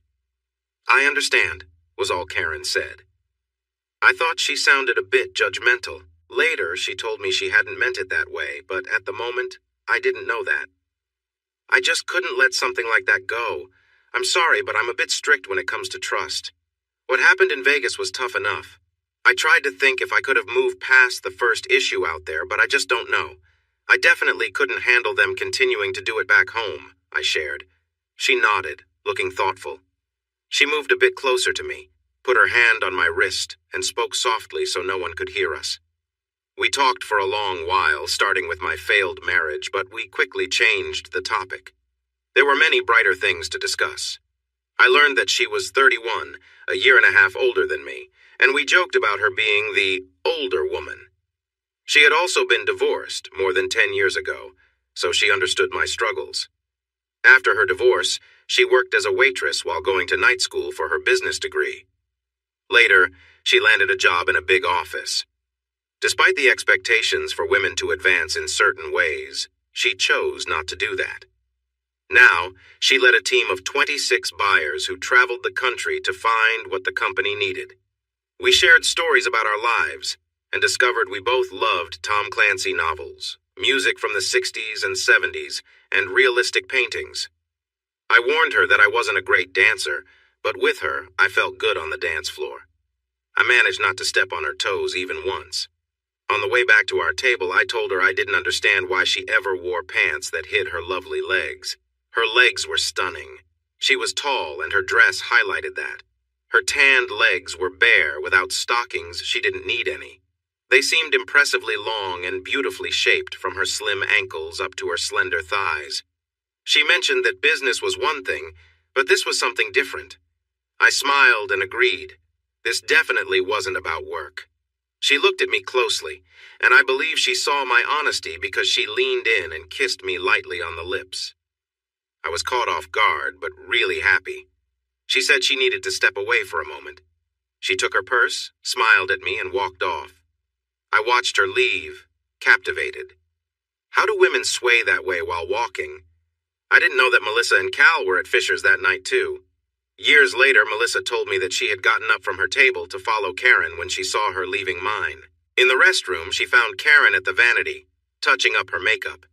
They exchanged small talk, and Melissa noticed Karen casually removing her earrings and chatting with a few other women who were there. Karen had then made a comment, hinting at her excitement for the evening. Melissa, in surprise, mentioned that I was married, which led to a short conversation. Karen wanted to confirm that I was, in fact, separated and close to finalizing a divorce. Once Melissa reassured her, they laughed and continued chatting a bit more, finding a surprising sense of camaraderie. When Karen returned to our table, she was smiling quietly, looking cheerful, and didn't explain her amusement. It wasn't necessary. Just seeing her happy and in good spirits was enough for me. Her attention toward me, warm and genuine, made my heart race a feeling I hadn't felt in a long time.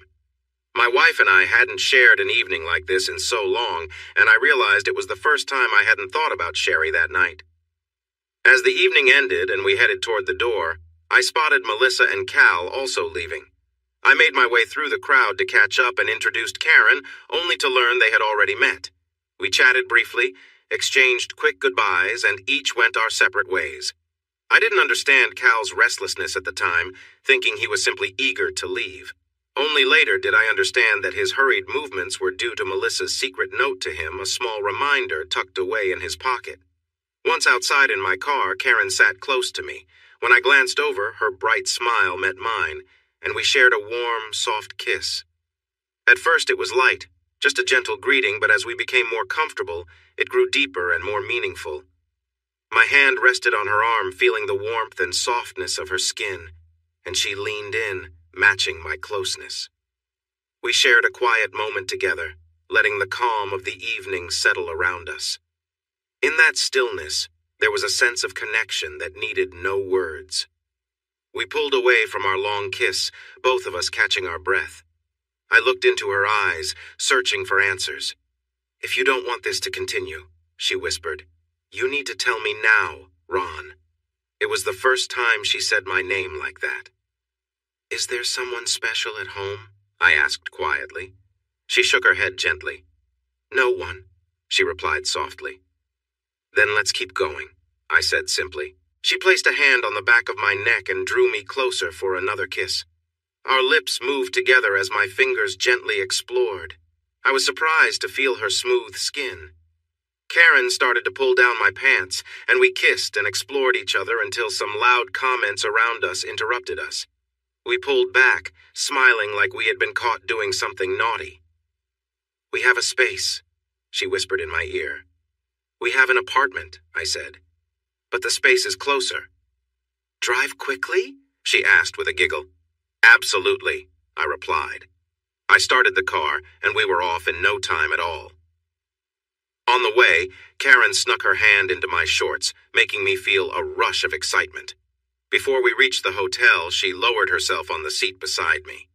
I could tell she didn't want to rush anything, wanting to enjoy the moment. She wanted to bring me pleasure, and it seemed she saw no reason to wait until we were in private. I appreciated that openness. It felt honest and fresh, compared to the secrets and hurt I had dealt with in my marriage. It was a good feeling, one that made the trip seem to fly by. Once we arrived at the hotel, Karen locked the door and turned to me with a playful smile. She skillfully undid a couple of buttons on her dress, letting it fall gracefully. I took in the sight, amazed. She had an aura about her, and it was clear she knew it. She glanced down at the way I reacted and smiled. "This is going to be fun," she said, and I couldn't help but agree. With confidence, she approached me, her arms wrapping around my neck. Our lips met again, and we shared a deeper kiss that felt intense. We were both breathing heavily, reluctant to pull away just to catch our breath. As my hand found its way to her side, I noticed she was different from my wife. The change felt refreshing. On her best days, I'd joke with Karen, telling her she'd earned a solid B, and she'd laugh, knowing it was all in good fun. She had a lively spirit and always took it in stride. Her warm and cheerful energy always filled the room, making every moment feel a bit brighter. As we held each other close, I gently rested my hand on her back, feeling her lean into me with trust and comfort. Her laughter had softened, and the shared silence between us became a peaceful connection. My hand moved from her back to her shoulder, where I felt her breathing steady, matching the calm rhythm of the moment. "Should we skip the small talk and enjoy the evening?" I murmured quietly. Karen laughed softly, her usual humor showing through. She had a straightforward way of speaking her mind, something I admired. After years of quieter, more reserved conversations, this openness felt refreshing. Standing together, I wrapped my arm around her, making her feel secure as we shared this time. Karen looked at me, her eyes warm and inviting, and I knew that this night was special for both of us. She leaned her head against my shoulder, and we stayed like that, close and content, enjoying the quiet and each other's company. After a while, Karen rested her head back, taking a long, deep breath, her expression full of calm and satisfaction. We stayed together for a few more peaceful moments before she finally relaxed fully, the warmth of the moment lingering between us as we both enjoyed the stillness. I slowed my hand, letting each gentle touch linger, giving Karen time to breathe and regain her energy. Her hands moved lightly over my shoulders and arms, seeking something to hold on to as she steadied herself.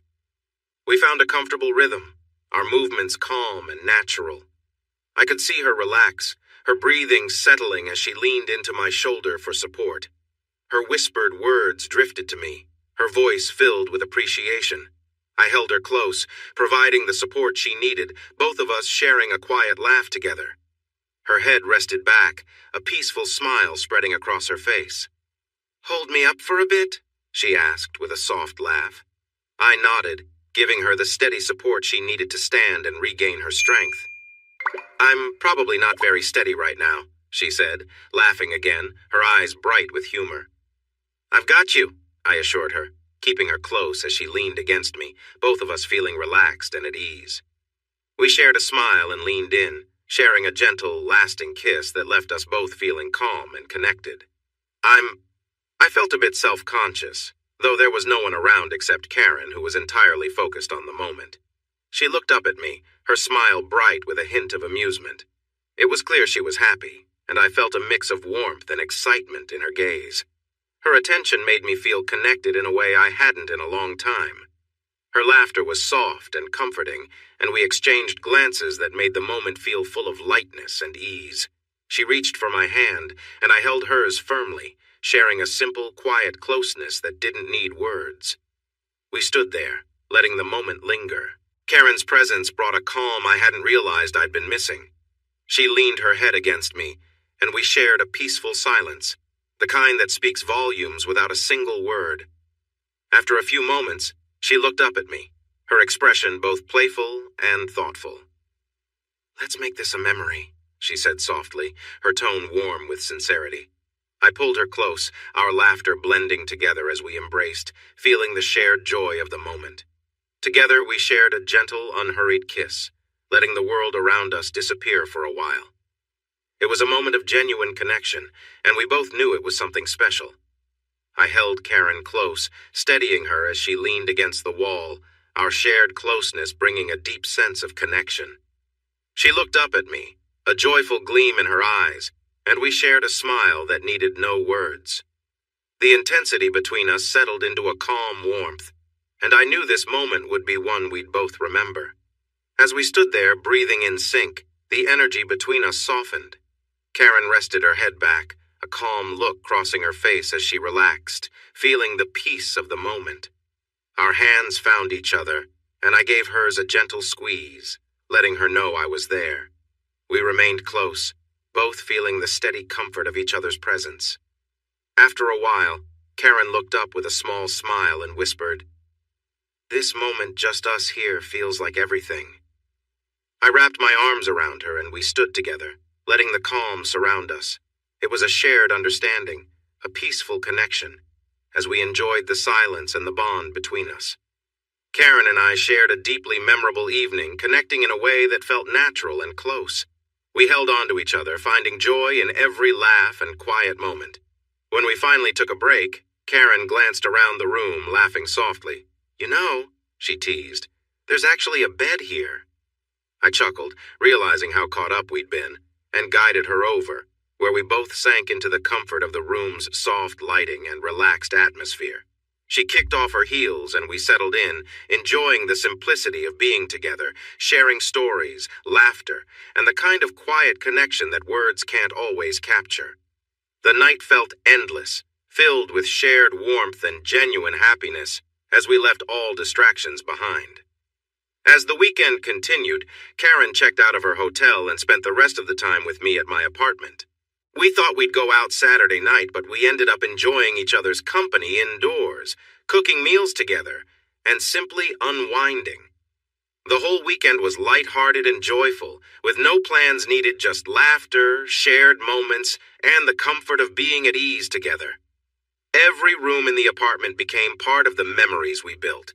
We shared breakfast in the kitchen, chatted about anything and everything in the living room, and relaxed in the warmth of the bathroom, where the steady supply of hot water allowed us to unwind completely. We felt free, at home, and truly connected, finding joy in the simplest things, creating memories that would stay with us long after the weekend ended. She loved to ride on top for an hour at a time, teasing me just before I would reach my peak. She would let me catch my breath for a moment, then start moving again. When I finally reached my limit, it was more than I had ever experienced before. She also enjoyed spending time at the dining room table, where I would shower her with attention until she found joy several times. When I joined her, she would softly make small sounds and hold on to me tightly, and together we would reach new heights of happiness. By Sunday evening, we were both tired and a little sore. On Monday morning, I took her to the airport and put her on a flight to Sacramento. We decided not to call each other until Saturday, but when that day came, we both got busy signals because we were calling at the same time. After that, we met whenever we could. Each time was wonderful, and we enjoyed moments together. For a while, we traveled a lot, but my move to Denver made the trips easier. We saw each other every couple of weeks for a year and a half, and took 2 vacations together, one in Vail and one in the Bahamas. I finished the flying lessons I had started years before and earned my certificate. I bought a small airplane that cost more to maintain and operate than airline tickets, but it allowed me to fly when I wanted. The memory of taking Karen flying over the mountains made me smile for weeks. Melissa's diary. I was happy for Ron. After seeing him so unhappy for so long, it was nice that he found someone who made him happy. They looked good together during the few times Cal and I saw them out, especially when dancing at Fisher's. Ron must have taken some dance lessons because he moved so well. He and Karen seemed to glide across the dance floor, completely focused on each other. It was clear they were in love, which made me feel a bit mixed inside. I had been Sherry's best friend since high school, while Ron was a newer friend. But he looked so happy, and I couldn't blame him at all. Karen was beautiful, and Ron was more handsome than he realized. I knew several women at the club would leave their dates, and some even their husbands, if Ron had shown interest. But he would never do that. I knew my Ronnie. It's clear that they really seemed to belong together. Now that he has moved to Denver, Ron emails me about once a week. His messages are always cheerful, asking about the new baby and how things are going.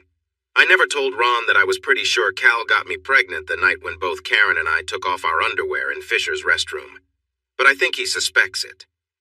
I did mention the restroom incident to him, so that might be enough for him. Ron is smart and can read between the lines. When Calvin Jr. was born 6 months after Ron left, I wonder if he realized that the R in Cal's middle name stood for Ronald. That's just how he is. Our friend would probably never think that Cal and I named our baby after him to honor their friendship. After her divorce, Sherry had a tough time for a long while. She had to leave her job because news spread around the office about her and Ron's divorce. Every single man, and many who weren't, thought they could make her happy again. Even though she cut them off and embarrassed several of them, they kept trying. Her new job paid less, which made it hard for her to keep up with bills. Eventually, she found a nice 2-bedroom apartment she liked, but it was more than she could really afford, and she had to buy a lot of new clothes. When the sale of the house she shared with Ron finally closed, things improved a bit, but soon she found herself buying food and clothes for 2 new people in her life. I prefer not to get into that. I didn't understand her choices for a long time, and I still don't agree with them. Those 2 roommates, as she called them, would not change my feelings about her situation. It took almost a year after their divorce for me to feel comfortable with Sherry again. She called me every week during that time and always apologized to me and Cal for the mess in Vegas. She was sorry, but sometimes sorry just isn't enough. After a while, I realized she was completely overwhelmed and very ashamed of what she did with that man in Vegas. She felt terrible for hurting her husband. Talking to me was hard for her. She would break down and cry when she tried to express how bad she felt for betraying his trust and love. She said she felt guilty at the time, but got swept up in a feeling of surprising thrill. It reminded her of the fluttery feeling she had in her stomach when sneaking out of her parents' house to meet her first serious boyfriend. She said spending time with a guy from Vegas made her feel young and lively again, as if she had a spark inside. I didn't really get it, and the idea of feeling young again didn't sit well with me. I turned 30 a while back, and Sherry was still just 29. I wasn't sure if I believed a word she said about wanting to feel young again. Hey, guess what? I didn't know this until Sherry and I started meeting again on Saturday mornings for coffee and some gossip. It took a long time for us to get back to that. I had been quite upset with her for a while. One morning she told me she had actually been at Fisher's one night by herself and saw Ron there with Karen. She said it was just before he moved to Denver. She had gone out for a nice dinner that she didn't have to make, but instead ended up watching them dance while trying to eat a cold steak. Sherry said that in that moment she really understood how much she had hurt Ron. She hadn't realized deep down what he had gone through and felt. Seeing him with that woman, as she called her, opened her eyes. It was painful for her to realize that Ron cared for Karen.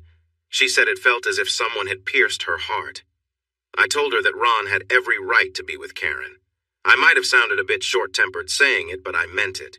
She acknowledged that Ron had the right, and she knew it back then, too.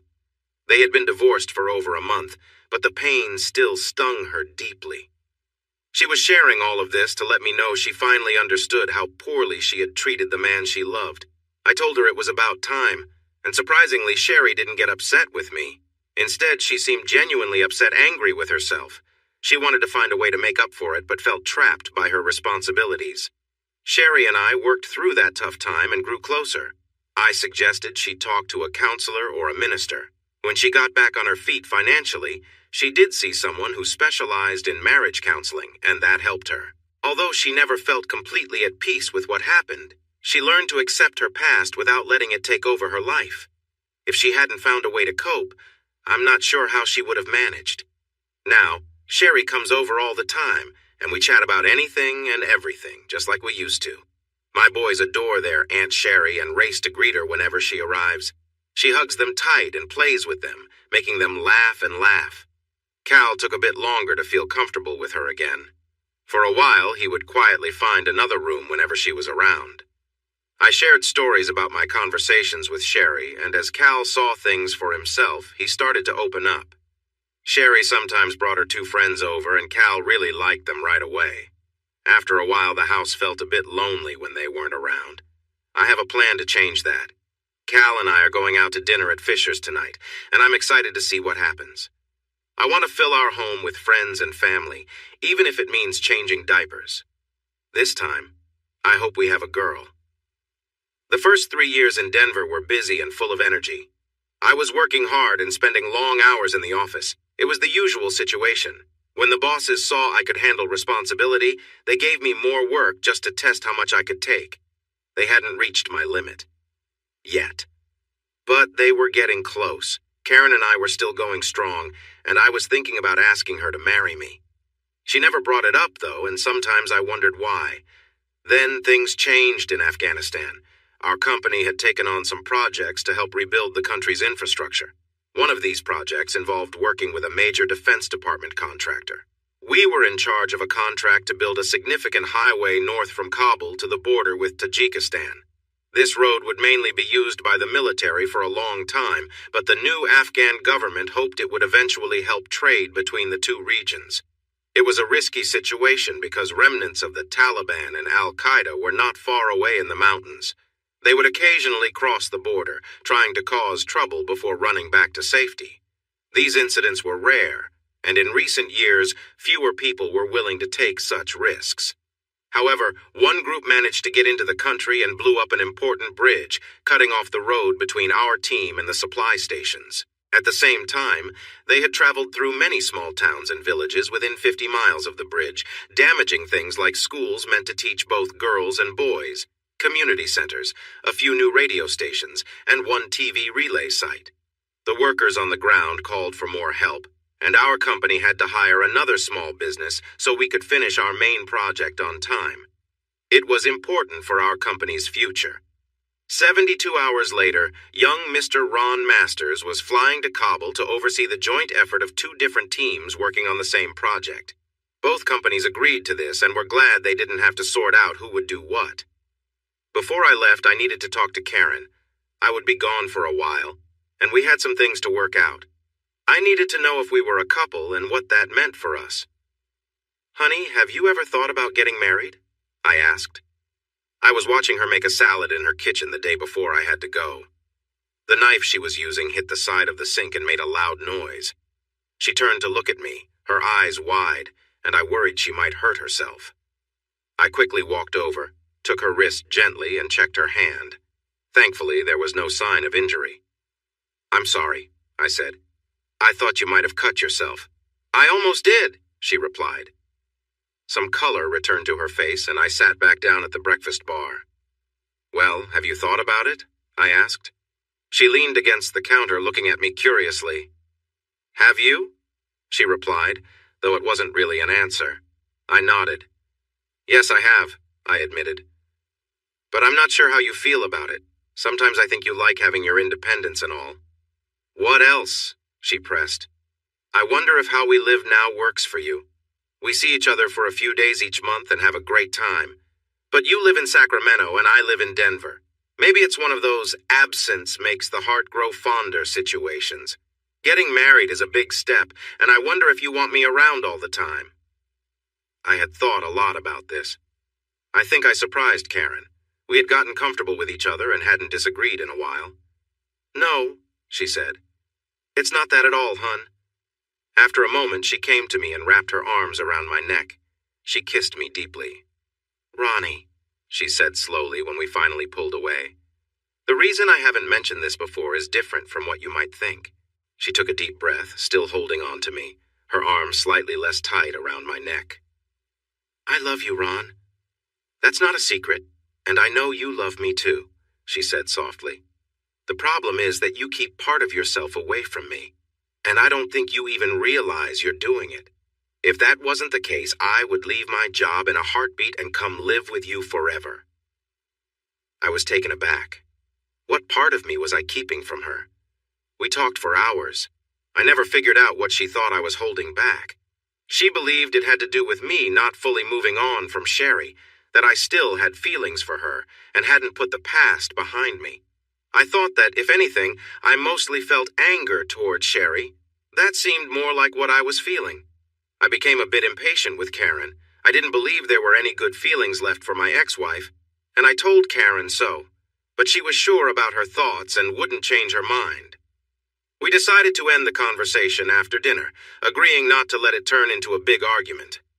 We had only 24 hours before I was set to leave for Afghanistan, and life was too short for disputes.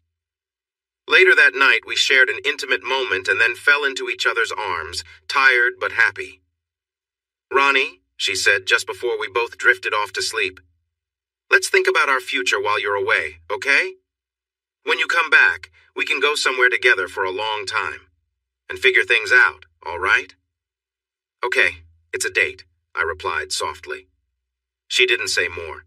After a while, she turned away from me and we settled into a comfortable position. My arms wrapped around her and we fell asleep peacefully, waking up early again to share a loving moment before I had to leave. When I returned to Denver, I had about 6 hours until my flight to JFK Airport in New York. From there, I'd take several flights heading east to Europe and then to Asia, working my way to Kabul. There weren't many airlines that flew into that troubled country, and my company had a policy for employees to use American Airlines whenever possible. This made my travel plan more complicated than it might have been. After washing a load of clothes and packing what I thought I would need in Afghanistan, I still had 2 hours left with not much to do before heading to the airport. Thinking about my near argument with Karen, I searched through the back of my closet until I found the box with all the papers from my divorce. At the bottom of a pile of papers, I found the envelope of photos I had taken of my wife and another man. Next to it was a small ring box. This box held Sherry's engagement and wedding rings. She had sent them back to me through her lawyer the day after our divorce was final. I had thought the rings belonged to her since I had given them to her, but returning them was her way of closing that chapter of our marriage. I looked at the photos one by one. They made me uncomfortable, but I no longer felt deep anger or hurt. It was as if the images showed two strangers instead of one loved one and a stranger. In a way, they seemed like low-quality images that did not mean much to me. I realized I didn't want to leave these behind in case something happened to me in Afghanistan. I quickly pushed the papers back into the box, leaving the photos out. Then I fed the photos into my shredder. Moments later, they became unrecognizable bits of shiny paper. I didn't think about them anymore. Afghanistan in late winter is harsh. It is always very cold, often snowy, and usually windy. Often all three types of weather happen at once. It is rare to have a nice day. Also, the northern part of the country looks very barren and dull to me. I couldn't understand why anyone would want to live here. Afghanistan has been inhabited for a long time, and I could only shake my head in disbelief. The days are long and the work is hard and risky, even without the threat of attacks from Al-Qaeda or the Taliban. Operating heavy equipment is dangerous by itself, but we had a solid safety program and followed the guidelines closely. For protection from potential threats, we had a group of Marines led by a young lieutenant. However, they could not be everywhere, and I often felt vulnerable, worried about my team's safety. After a month, I persuaded the senior sergeant in the Marine unit to lend me an M4, a smaller version of the M16. Its usual owner was on emergency leave and had yet to return. Technically, I was just watching over it for him. Having the M4 made me feel more secure. I was a decent shot with it and had always been good with firearms. Back home, I could hit a deer at over 200 yards with my Remington Model 700 without any trouble. The M4 felt right in my hands. By the third month of my stay, we had nearly rebuilt the bridge. New foundations were poured where needed, and we replaced the parts that had been destroyed. At the same time, we created a plan to bring supplies to the crew working on the road to the north. We used helicopters to deliver urgent materials. For other equipment and vehicles, we built a dirt road around the gorge and through open land. It worked, but it took a long time. The crew at the end of the road had to ask for supplies well in advance. Actually, things were getting better every day. Our contract was secure, and the road would be finished on time, or maybe even earlier. The Department of the Army even gave us another small contract that looked promising. We were working hard, but with not much else to do in that empty area, we often worked 14 hours a day or more just to keep busy. Melissa's diary. When I heard that Ron was going to Afghanistan, I was really worried. Ron was as close to me as a brother, and I cared a lot about him. When I told Sherry, she looked pale and almost fainted. It surprised me because she and Ron had been divorced for almost 3 years and had been apart even longer. It has been quite a while since I had a chance to write in this diary. If I repeat anything, I'll just have to delete it when I read this later, I guess. Let's see, where was I? Oh, some time ago I had to help Sherry feel better about herself again.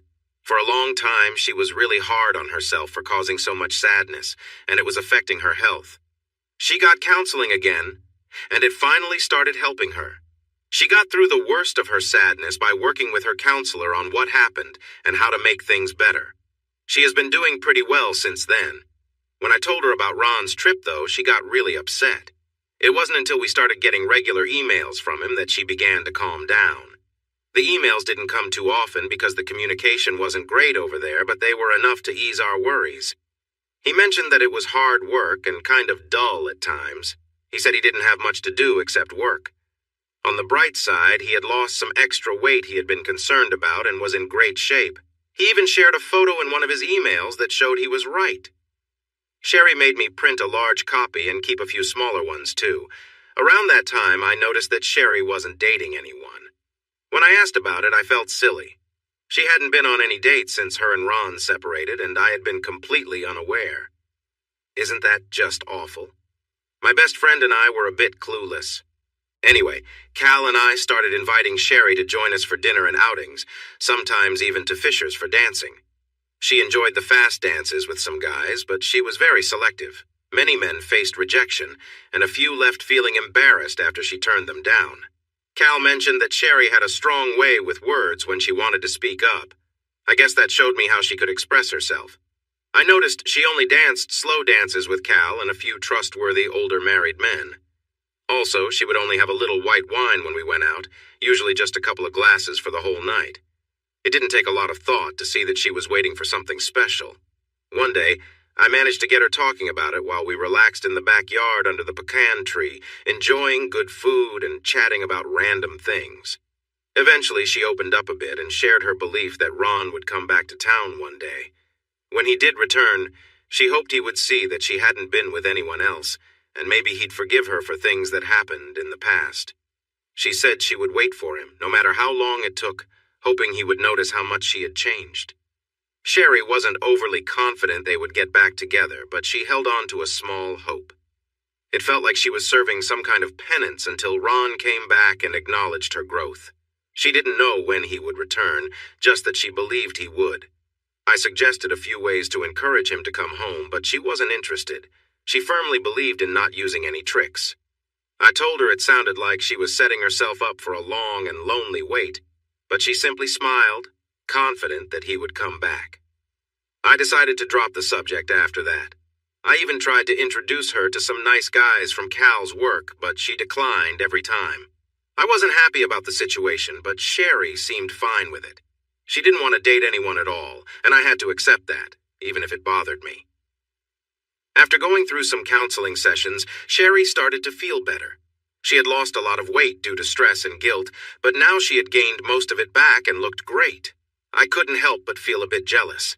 Even after having 3 kids, I didn't look quite as good as she did. It's not fair. The woman seems to be happier and more focused than ever since her divorce. She volunteers with the local PTA and works hard on the neighborhood watch program. Her life looks fun again. Her 2 roommates probably help lift her spirits. They always seem to smile, which must give her a good boost. Sherry is also doing well at work. After her divorce, she took a job at a new accounting firm and has been promoted 3 times in just under 3 years. She now manages 16 auditors and financial analysts, and it looks like she could get an even better job when the person above her finally retires. She really enjoys her work. She has been coming over for barbecues with Cal and me for a long time, and she is great with the kids. She feels like part of our extended family. Our oldest boy is 5 now. His birthday was last week. My 3-year-old, Cal Jr., thinks of her like a second mom, and my 14-month-old daughter follows Sherry around wherever she goes. It's adorable to see my little girl take a few steps toward Sherry, wobble a bit, and then sit down. After that, she crawls really fast to catch up to Sherry and giggles when she does. All 3 of my kids really adore her. Ron should be emailing us again soon. It's been about a week, and he usually sends us something every week or 10 days. I always share his emails with Sherry. She asks for the latest one if I haven't sent it to her right away. I wonder what Ron would think if he knew. I also learned that spring in Afghanistan isn't the best place either.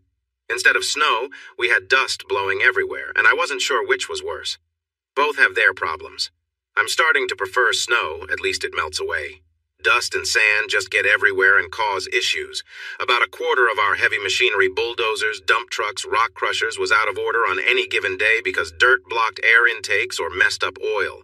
It was frustrating, especially since most of our machines are built to handle these conditions. I started to think something might be going wrong on purpose. 2 weeks after my first concerns, Marine Lance Corporal Arvin Cantwell and I caught one of the workers tampering with an air filter that should never have been touched. We didn't like hiring these workers because it was hard to check their backgrounds, and we had no way of knowing if they were sent by a local leader or if they just wandered in. We might have caught someone connected to Osama bin Laden. The dirt and rocks we found in the air intake showed he had links to a terrorist group, so we handed him over to a group of Afghani National Guard soldiers. They took him away, and we never saw him again. This made us more cautious, and our equipment time improved a lot, but other problems kept appearing. We had about 40 days left in our schedule, so we tightened security around all our vehicles. We first parked them far from the main area where locals and contractors gathered. Then Lieutenant Frederick set up a night watch around them, and my team helped with that. My crew didn't have weapons, but they could make a lot of noise if they noticed something unusual. The goal was to raise an alarm quickly so the Marines in our security team could handle any issues. Everyone felt worried that if something were to happen, it would happen soon. Once the road was cleared to the border, fixing any issues would be easier and quicker. We all felt uneasy. I guess I need to talk to Melissa. It turns out she has been sharing my emails with my ex-wife, Sherry. The last time I talked with Karen, she mentioned Sherry as a problem in our relationship. Karen believed I wasn't fully over Sherry and that she would always be a shadow between us. I thought that idea was silly, but I kept that thought to myself. I may not understand women well, but I knew better than to say it out loud. Anyway, it annoyed me that Melissa was giving Sherry updates about me. Melissa made it worse by saying Sherry was worried about me. It really got under my skin. In a way, it felt like Karen was right. It seemed like Sherry was still part of my life, even though we had been divorced for over 3 years. I didn't like that Melissa told me Sherry wasn't dating anyone and wouldn't date because of her guilt from how she treated me in the past. So what? Last night, some good memories came back to me, like the first time I went into the little cafe off campus. I was working toward a mechanical engineering degree, going to classes during the day and working at night. Sherry was a waitress there, and she greeted me with a big smile when I sat at her table. I think I fell for her before she even gave me a menu. There were other dreams, but that one stood out the most. A week later, I was being careful when I noticed a chubby young Afghan man in the lunch line. He appeared suddenly between 2 large trucks, catching me off guard since I hadn't seen anyone there. The longer I watched him, the more uneasy I felt. He seemed to come out of nowhere like he had been hiding, and he was looking around nervously, like someone new to a big city. I set my cup down on one of the Marine trucks and adjusted my rifle strap on my shoulder, getting it ready just in case. I wanted to be prepared for anything. Lance Corporal Myers was with me by the truck. His tray and coffee cup were next to mine. Most of us preferred to stand while eating so we could see everything around us and respond quickly to anything unusual. The truck fender was a good height for this. Billy, as we called him, was one of the squad leaders, and over the months we had become good friends. We were known for being the best shots in our informal target practice. Each morning I prepared my rifle just like the Marines did. I had already pulled back the bolt when loading, and now I closed it to ready the weapon. Watching the young man, I made sure the safety was off, but kept my finger away from the trigger. I wanted to avoid any accidents. You should never be on the trigger unless you are ready to shoot. "Sir, Mr. Masters, what's wrong?" Billy asked when he heard the rifle mechanism click and saw I was ready for anything. "I'm not sure," I replied, still watching the young man. He had a strange look on his face, focused yet scared. Suddenly my worries grew stronger. This young man was unusually round for this area, where food was scarce. Typically only older, well-off men had extra weight, showing their wealth. This young man didn't fit that description. "Wow," I whispered as I noticed him reaching under his loose clothes, pulling something out. I couldn't find anything in the Afghan clothing that matched what he was holding. He hurried toward a large group of Marines and my co-workers who were gathered around big soup pots waiting for more food. I opened my hand and let my cup of coffee fall. "No!" I shouted.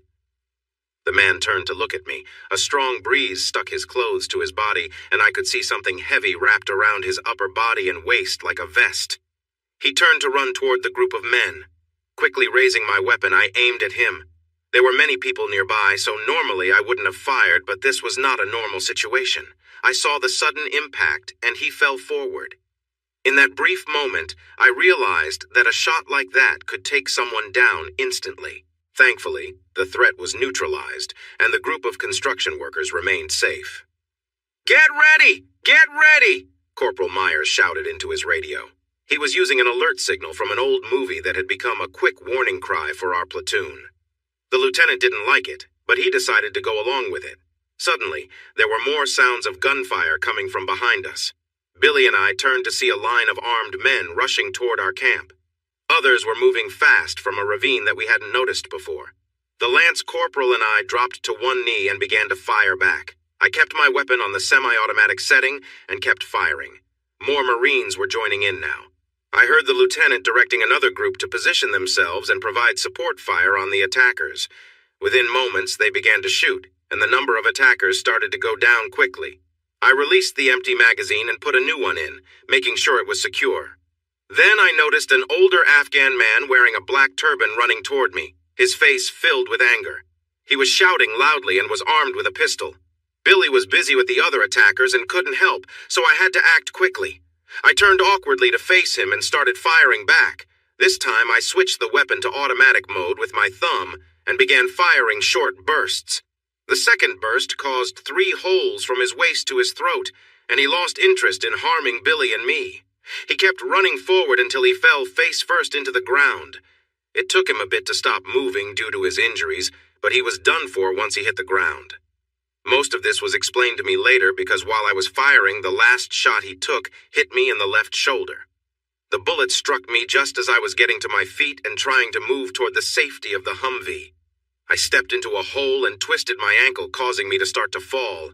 The impact from the bullet made my fall worse, and my head hit the heavy fender of the Humvee. I was told I lost consciousness right away. Melissa's diary. "Ronnie's hurt. They say he's been shot, but I can't find out how serious it is. I feel like screaming if they don't give me more information. What I didn't know was that Ron listed me, Cal, and that Karen person as next of kin in case something happened to him. With no close family left, Ron probably thought it made sense. When he gets home, I'll hug him for thinking of us. But I will also tell him how worried I am about him being in dangerous places." Sherry took the news surprisingly well. I couldn't believe how calm she was this time.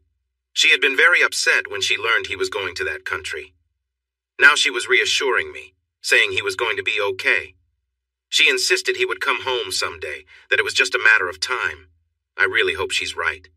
He hasn't met my 2 young children yet. They were born after he left for Denver, and I want them to know him. Oh God, I hope he is all right. I woke up in an army hospital on the outskirts of Kabul. My head hurt more than anything I had ever felt. When I tried to move, sharp pain shot through my shoulder. My vision narrowed to a dark tunnel before clearing up. Holding still, I carefully lifted my head a little off the pillow to look around. My right arm had a needle in it, connected to a bag of blood hanging on a pole next to my bed. There were a couple of other bottles up there too, but I didn't know what they were for. I craned my neck painfully to see that my shoulder was covered with bandages. I gently moved my fingers and realized something beneath my clothing was causing me a lot of pain. A middle-aged woman in a green hospital outfit entered the room from a doorway I hadn't seen before. She glanced at me quickly, then stepped back to call for help. Soon, a man and another woman arrived, and they all gathered next to the bed I was starting to understand I was in. "How are you feeling?" the man asked in a deep voice.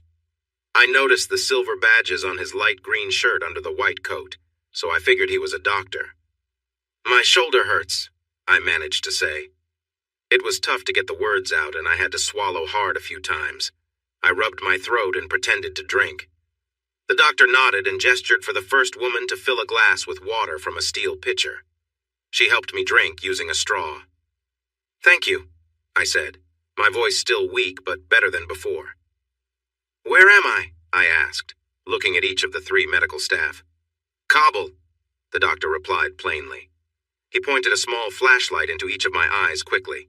After a moment, he put it away with a grunt. What's your name? He asked out of the blue.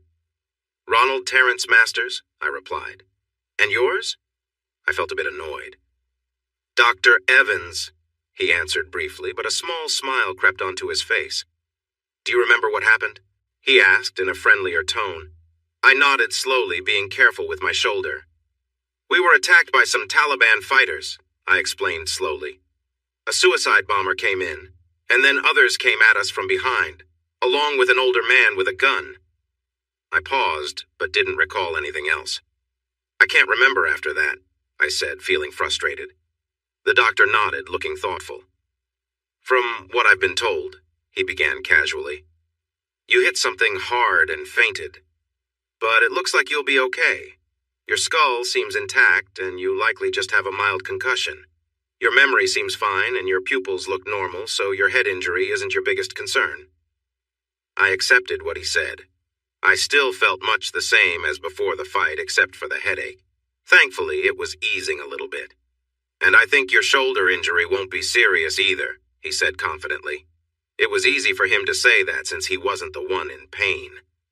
Ugh, I murmured when I attempted to move. The younger woman, who seemed to be a nurse, gently wiped the sweat off my forehead. We can help with your pain, the doctor said as he wrote on some papers attached to a clipboard at the end of my bed.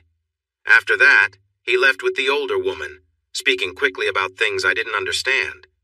The young nurse, a first lieutenant, stayed to cool my face with water.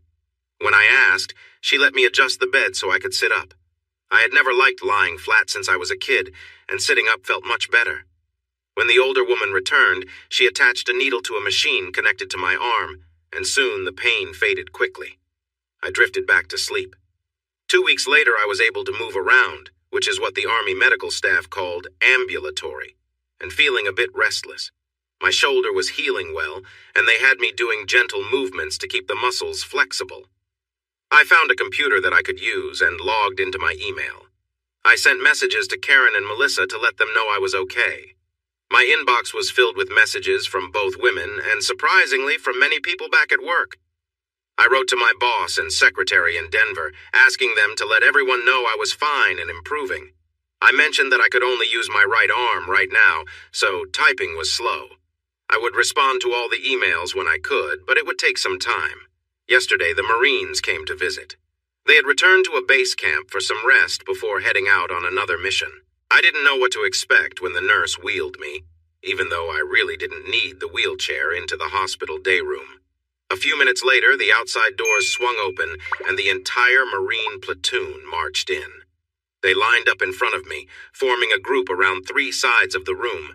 The lieutenant leading them stepped forward and saluted. I later found out that the 2 officers next to him were his company and battalion commanders. The nurse helped me stand up. I felt a bit awkward in my old hospital pajamas and robe, but nobody seemed to mind. The lieutenant called everyone to stand at attention and shouted a command for them to salute me, even though I knew it wasn't usual for military personnel to salute civilians. They did it anyway. After instructing his team to stand in formation, the lieutenant read an informal award citation from a piece of paper that looked old.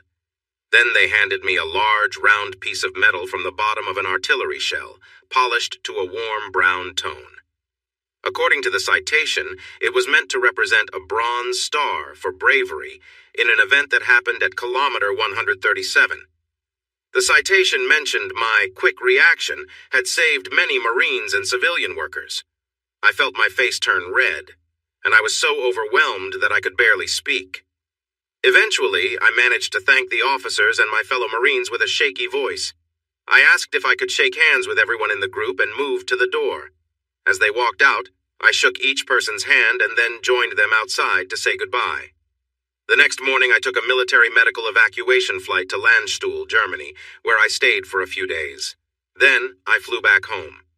I knew the company was covering all the medical expenses, but I felt that the staff had gone above and beyond in their care. Everywhere I went, Marines approached me to chat, always mentioning my Bronze Star. I was surprised strangers recognized my face and name along with details of my experiences in the field. It amazed me how quickly news traveled among military personnel.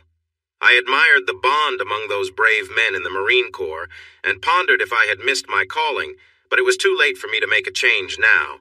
It was time to return to what I knew best. My vacation in Afghanistan, while thrilling, had come to an end. My office in the Denver corporate complex was waiting for me when I returned. Aside from a slight mustiness, it looked just as it had 6 months ago. Unfortunately, my relationship with Karen didn't survive the long separation. She wasn't seeing anyone else. She was quite lonely. She waited until I was back and starting to heal to share the sad news. We had a disagreement, but I could see she was firm in her belief that Sherry's memory was still affecting us. I sensed something must have pushed her to this point, but she wouldn't tell me what it was.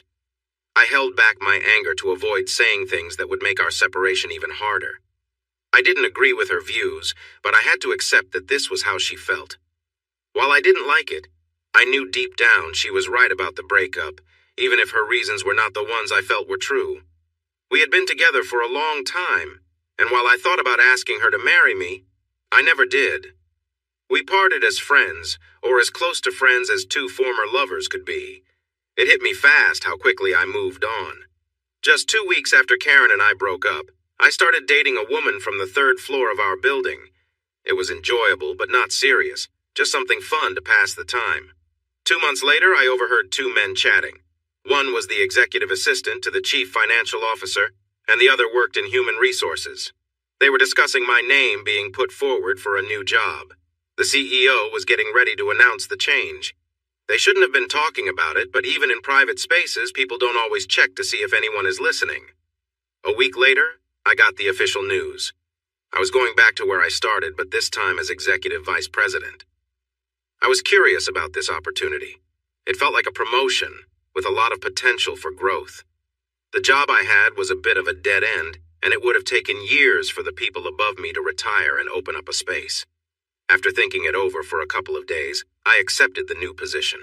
4 years and a couple of weeks after my divorce, I was going home.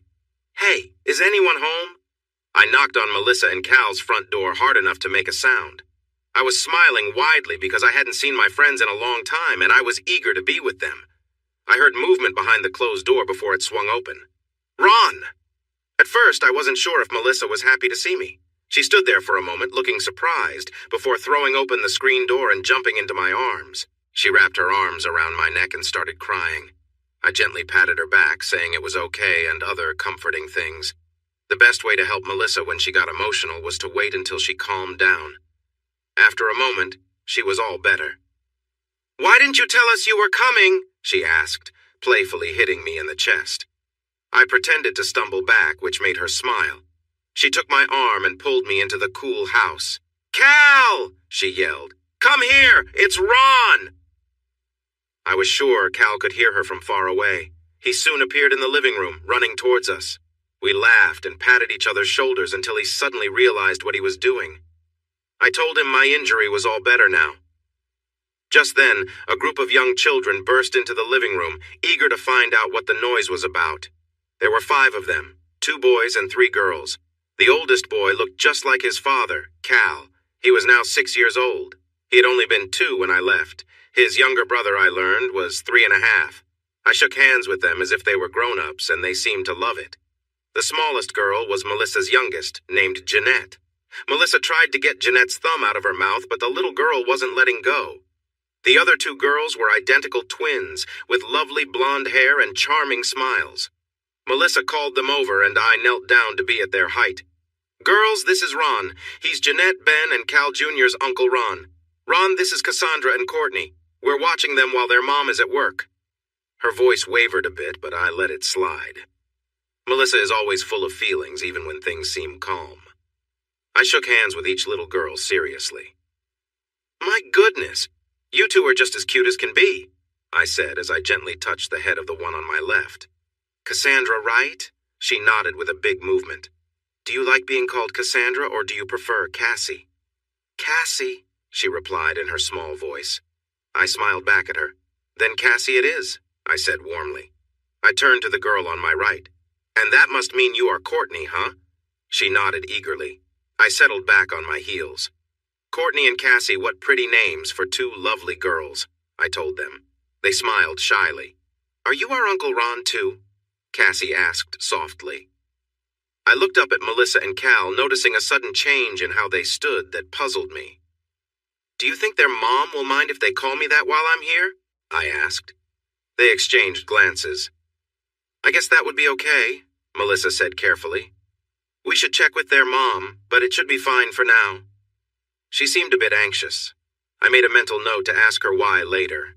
I turned back to the cheerful twins. Then Uncle Ron it is for now, okay? They grinned widely. I smiled back, watching them for a moment. There was something familiar about them, but I couldn't quite place it. And I know I'm Uncle Ron to this little one, I said, spotting 16-month-old Jeanette, who had been inching closer while I talked to the older girls. I reached out, scooped her up, and pulled her close. Just as she moved past her surprised look, she erupted in giggles as I playfully tickled her. Suddenly, I wrapped my arm around Cassie and pulled her in for some light-hearted tickling. Courtney jumped in to join us. I just had to tickle her belly and sides, too. Not long after, the two boys jumped into the fun, wanting attention as well. The living room turned into a playful chaos. Everyone was trying to tickle everyone else, but I had the upper hand. I wasn't ticklish, so no amount of little fingers poking at me could make me laugh. After a while, the twins ran off, pretending to be scared, and Jeanette followed after them. The boys grew tired of the game at the same time, plopping down on the floor against the couch to catch their breath. I noticed the girls peeking back from the doorway, but chose to ignore them. That was fun, I said, catching my breath. I couldn't help but smile. Both parents looked at me in surprise. They expected me to act more serious, asking the usual adult-child questions, giving them a kiss, and then sending them away. I chuckled at my two best friends. When I stood up, Melissa wrapped her arms around me tightly again. You had us so worried, she said softly, her tone serious for the first time in a while. I was really scared you wouldn't come back to us. I could see tears forming in her eyes again. Melissa, I said firmly, I'm home, I'm fine, and I won't be going anywhere like that again, okay? That helped a little, but my shirt pocket was still getting wet. It was so hard when we heard you were hurt. You're like a brother to me, and I was really scared, she said. I held her at arm's length for a moment, feeling a lump in my throat. Well, I don't have a sister or brother either, I replied. I turned to Cal. Cal? He nodded in response. Can I adopt your wife as my sister? I asked, my tone a mix of serious and playful. Sure, why not? Cal said with a sigh. But if she starts crying again, you're on your own. You get that, right? Melissa stuck out her tongue at him. So, what do you think, Lissa? I asked. Shall we make it official? Brother and sister forever? She nodded slowly, sensing I was up to something, but not quite knowing what. I stood in front of her, taking both her hands in mine. I, Ronald Terrence Masters, take you, Melissa, to love and respect, to tease and annoy. I dashed for the kitchen door and out into the backyard, but she managed to swat at me before I could get away. The 5 kids watched in confusion, unsure of what the adults were chatting about. Ben, Melissa, and Cal's oldest, looked from me to his mother, then to his sister and the twins, trying to understand. He wondered why any decent guy would want a sister he didn't really need to have. That evening, I enjoyed a delicious home-cooked meal, something I didn't realize I had missed. Melissa lit up with joy as I genuinely praised her cooking. When I kissed her cheek goodnight, I called her sis in a serious voice, and she called me brother. I knew that once she closed the door, she would likely cry again, but despite Cal's belief that it was my responsibility, he would have to handle it, not me. A week later, at a deli in the downtown area, I was reviewing the housing inspector's report for the house I wanted to buy. The roof needed repairs, and the sellers had offered to lower the price by the highest estimate if I agreed to close the deal now, accepting the roof as it was. That worked for me. I liked the house from the moment I saw it and was eager to move in. It would be the first 2-story house I'd ever lived in. I signed the equity paperwork and put my pen away, then organized the documents and placed them in my briefcase. "Hello, stranger," a woman said. Suddenly I felt nervous. I looked up to see a tall, attractive brunette standing beside my table. I slowly got up. "Hello, Sherry," I replied. We shared a long look and I shook off my surprise. "Where are my manners?" I said. "Please, join me." I pulled the chair out for her. She nodded and sat down gracefully. I hadn't remembered her being so poised since our divorce, but memories can be tricky. The last time I saw her wasn't a pleasant memory for either of us. "Thank you," she said, and we both studied each other for a moment. She smiled. "I wasn't sure you wouldn't get angry with me and ask me to leave," she admitted, recalling how our last conversation ended. I felt a slight blush creeping up my neck. "I should apologize for how I spoke to you that day," I said softly, trying to control the embarrassment rising within me. "No matter what happened, I shouldn't have used such harsh words." "That's all right," she replied, searching my face for what I felt. I shook my head. "No, I'm ashamed of how I acted, Sherry. My parents taught me better. Mom would have scolded me for talking like that." "It's in the past now," she said gently. "You did have a lot to deal with back then." She blushed a little, remembering. "Like you said, it's all behind us. It was almost 4.5 years ago? No, a little more, wasn't it?" I asked, and she nodded. "We're almost 5 years older than when we separated," I said carefully. "5 years wiser, do you think?" she asked softly. "I like to think so," I replied, trying to be honest. "Sometimes I don't feel that way, but I do my best." "Me too," she said kindly. We talked quietly for another 30 minutes until she needed to return to work. As we spoke, I noticed every move she made. Each one felt familiar, but also different from how I remembered. Sherry was now 31. She had been just 20 when we first met. I found myself comparing the new Sherry to the one I had known, and I realized I liked many things about her now. She was calm and confident. Her eyes met mine firmly without being harsh. She sat straight, showing her confidence. The grown-up Sherry wasn't a typical beauty, not like a model who was very thin and glamorous, but she was very attractive and always had been.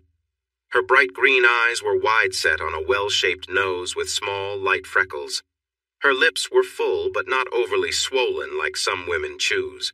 Her high cheekbones gave her a slight Slavic look, a trait from one of her great-grandfathers, and she had an energy that lit up her face. When she smiled, it was hard not to smile back.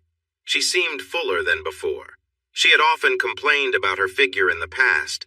She'd always said she was a B, and I had jokingly said she was a B+. Now she looked like she might be a C. I wondered how to ask, but there are some questions you just don't ask your ex-wife. "Well," she said, glancing at her watch, "I have to go before my boss gets upset." I was surprised by how disappointed I felt when she said that. I stood up as well. She paused and moistened her lips before speaking again. "Ron, could we meet somewhere to talk sometime? I mean, without a hurry?" I looked at her for a long moment. There was a hint of hope in her voice. "Would you like to go to dinner sometime?" I asked on impulse. "We could talk then." She smiled, and I saw joy in her eyes. "Tomorrow is Friday," she suggested gently. Somewhere casual?" I asked. "How about Golden Corral?" she offered. "That place seemed like a good idea to me, too." She wrote her cell phone number on a napkin and tucked it in my shirt pocket. She mentioned she was never far from her phone.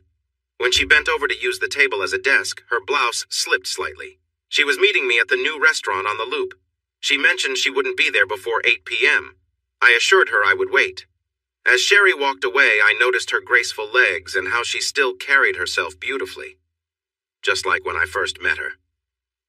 Before she left, she paused and gave me a warm smile. That evening, I spent time reflecting on my life. The next day was similar.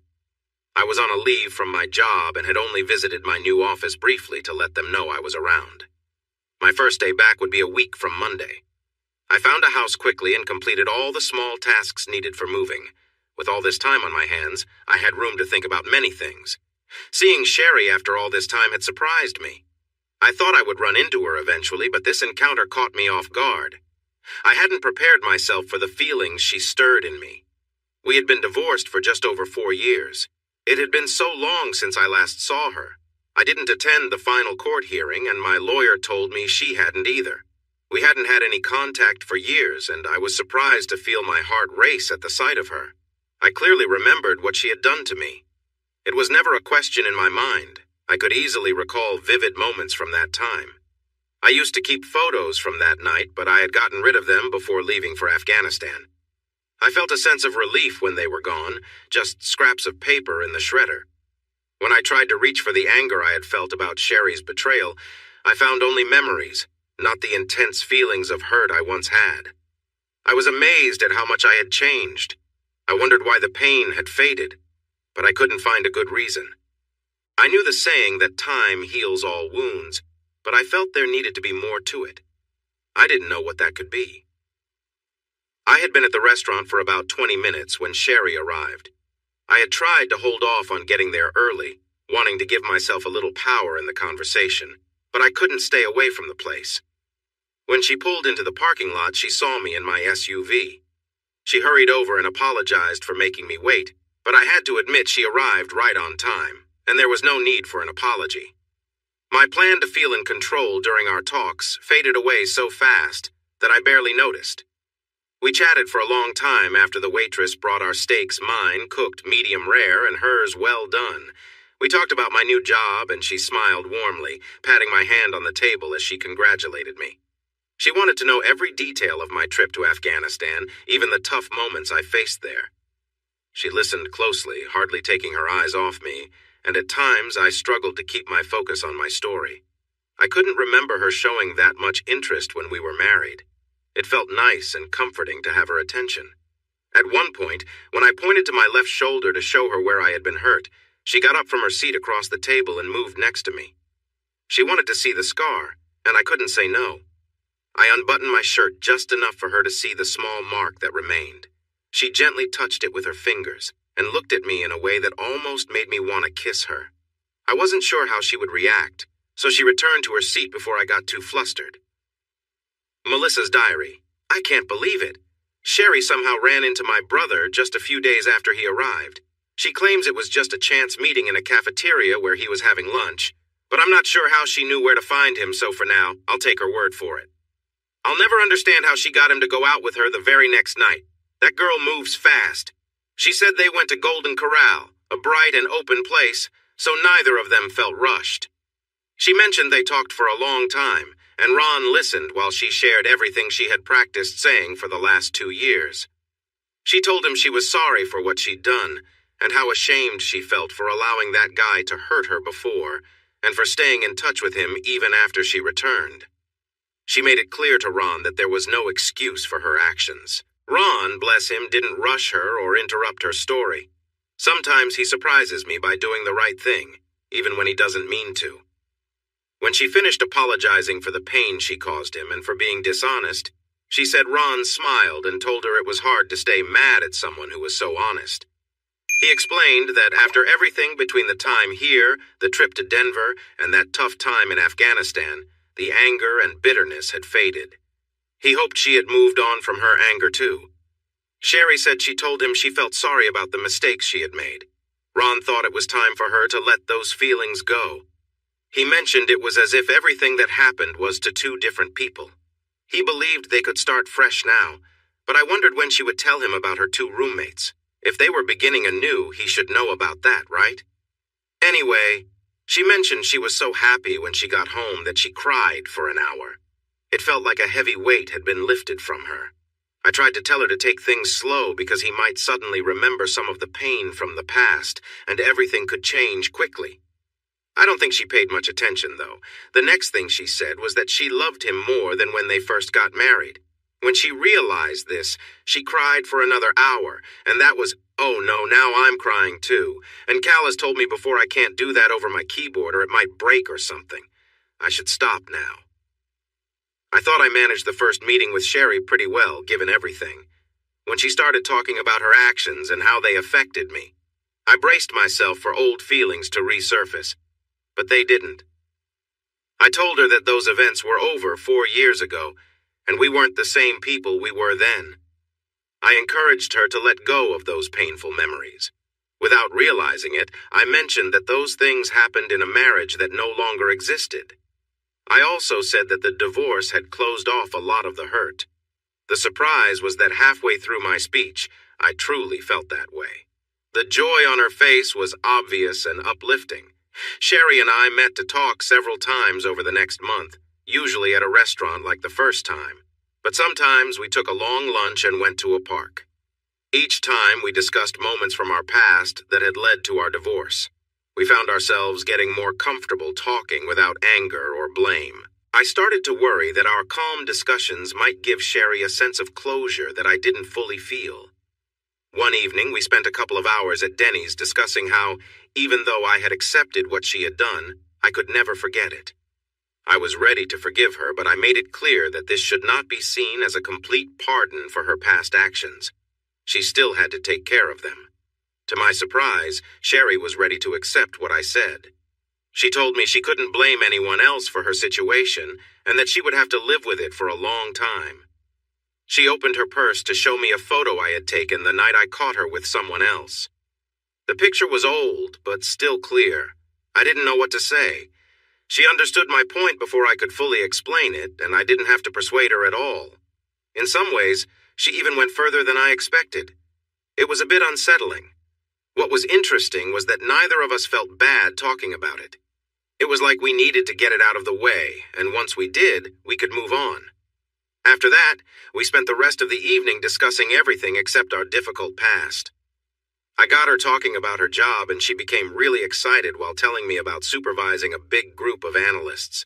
She truly loved her work and the people around her. By the time we left Denny's, I felt like I knew so much about her coworkers and their families. I had to leave a $20 tip for our waitress because we had been at her table all night. I think we drank enough coffee to cover it, so it worked out well. "So you're going to turn 4 next month, and so is your sister? That's great," I said to Cassie, who stood next to my right knee while her sister Courtney sat on my lap. Courtney was quiet, snuggling against me with her eyes closed. She was really tired. Both girls wore matching pink shorts, white tops with cartoon characters, and little white sandals. "We're twins, silly," Cassie said with a giggle. "We always have birthdays at the same time." I pretended to be amazed and got her talking about what she wanted for her birthday. Courtney woke up enough to join in the conversation and moved to sit more on my left thigh, making room for her twin. Soon I had both little girls on my lap, chatting away. I was surprised at how grown-up they sounded. Since I didn't use baby talk with them, they didn't use it with me. It was interesting. Melissa and Cal often babysat the girls, so they were usually there when I visited my sister and her family. I hadn't met their parents yet, but I planned to ask if I could buy the girls a present. Maybe Melissa could pass a message along to them for me. Anyway, the girls and I got along really well. They quickly started calling me Uncle Ron, just like Melissa's kids did. The twins played together, trying to catch my attention while also competing with each other. It was sweet, and it made me smile. I remembered how women often talked about a biological clock, and I wondered if I was feeling something similar as a man. I set the twins down and pointed out where the other kids had found something interesting in the yard. I walked over to where Cal was grilling steaks for the adults and hot dogs for the kids. I always enjoyed going to Cal and Melissa's barbecues, and it seemed like that was the plan for today. "Cute kids, right?" Cal asked, nodding toward the twins who were now exploring with the other children. "Oh, they're adorable," I replied with excitement. "Where are their parents? I haven't met them yet. I come here often enough. I should have seen them by now." "Well, their mom is divorced," Cal explained gently, clearly concerned about bringing it up. "She's very busy," he added. I thought for a moment. "Do you think she'd mind if I got the girls a little something for their birthday next month?" I asked. "I wouldn't want to intrude, but I'd love to do something nice for them." Cal looked at me with a hint of surprise. "Well, maybe you can ask her yourself sometime," he suggested.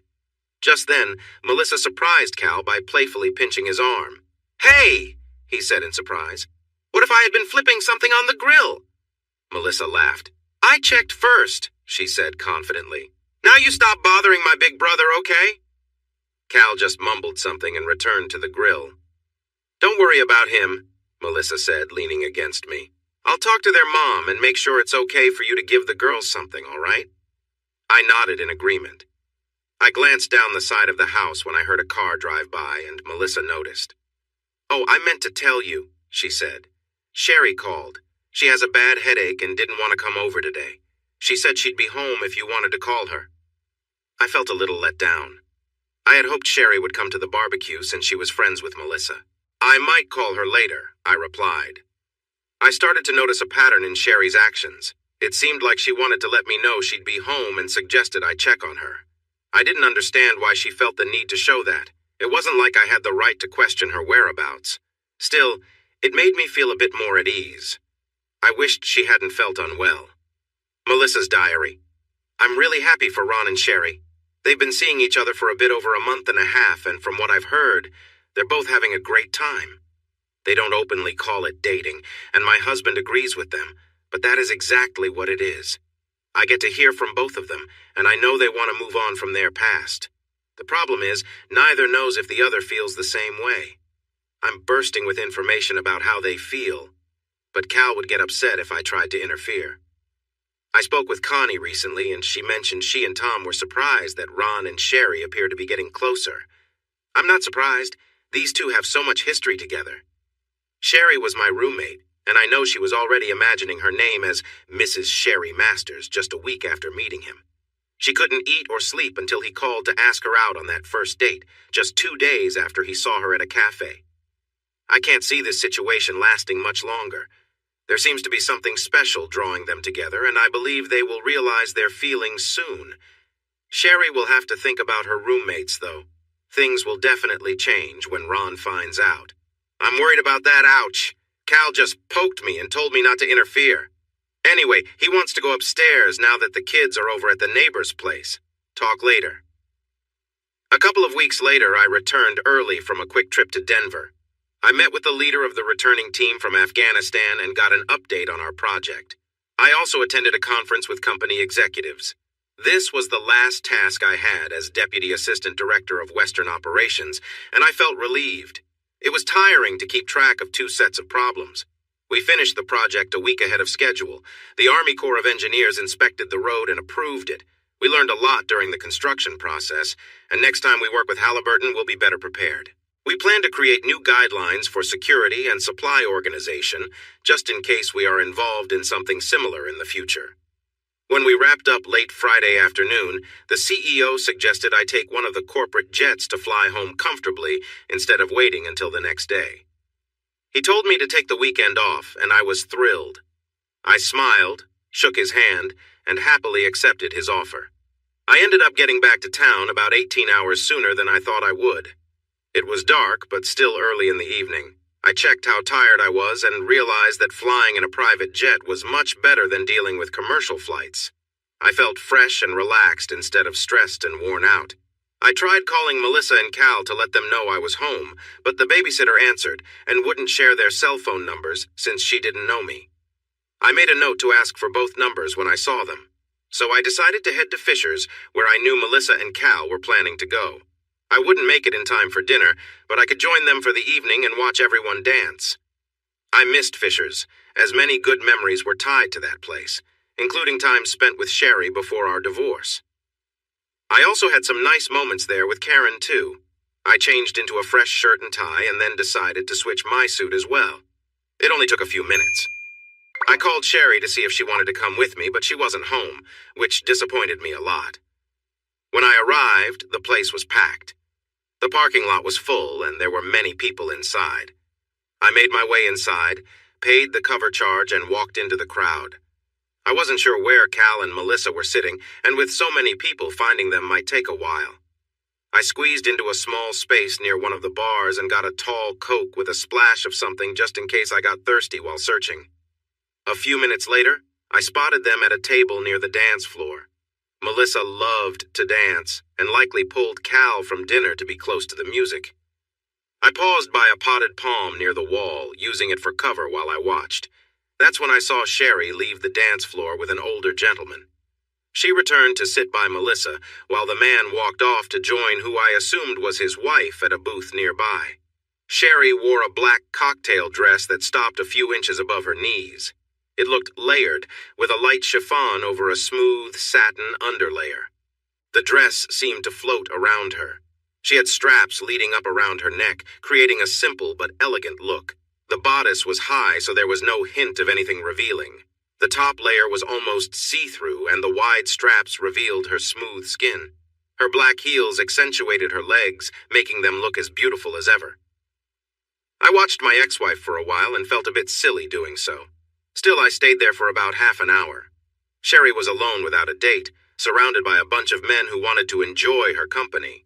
She danced along to fast music with some of the guys who came over, but she wouldn't dance to slow songs with them. While some men seemed annoyed by her refusal, she stood firm in her choice. The only ones she danced slow songs with were a few older gentlemen she seemed to trust, and one was Cal. I noticed one of her slow dance partners was a retired doctor who had been a family friend for many years. Sherry held an empty wine glass, spinning it with her fingers, and she turned down a refill when the waitress came by. What I saw confirmed what Melissa had been hinting at for a long time.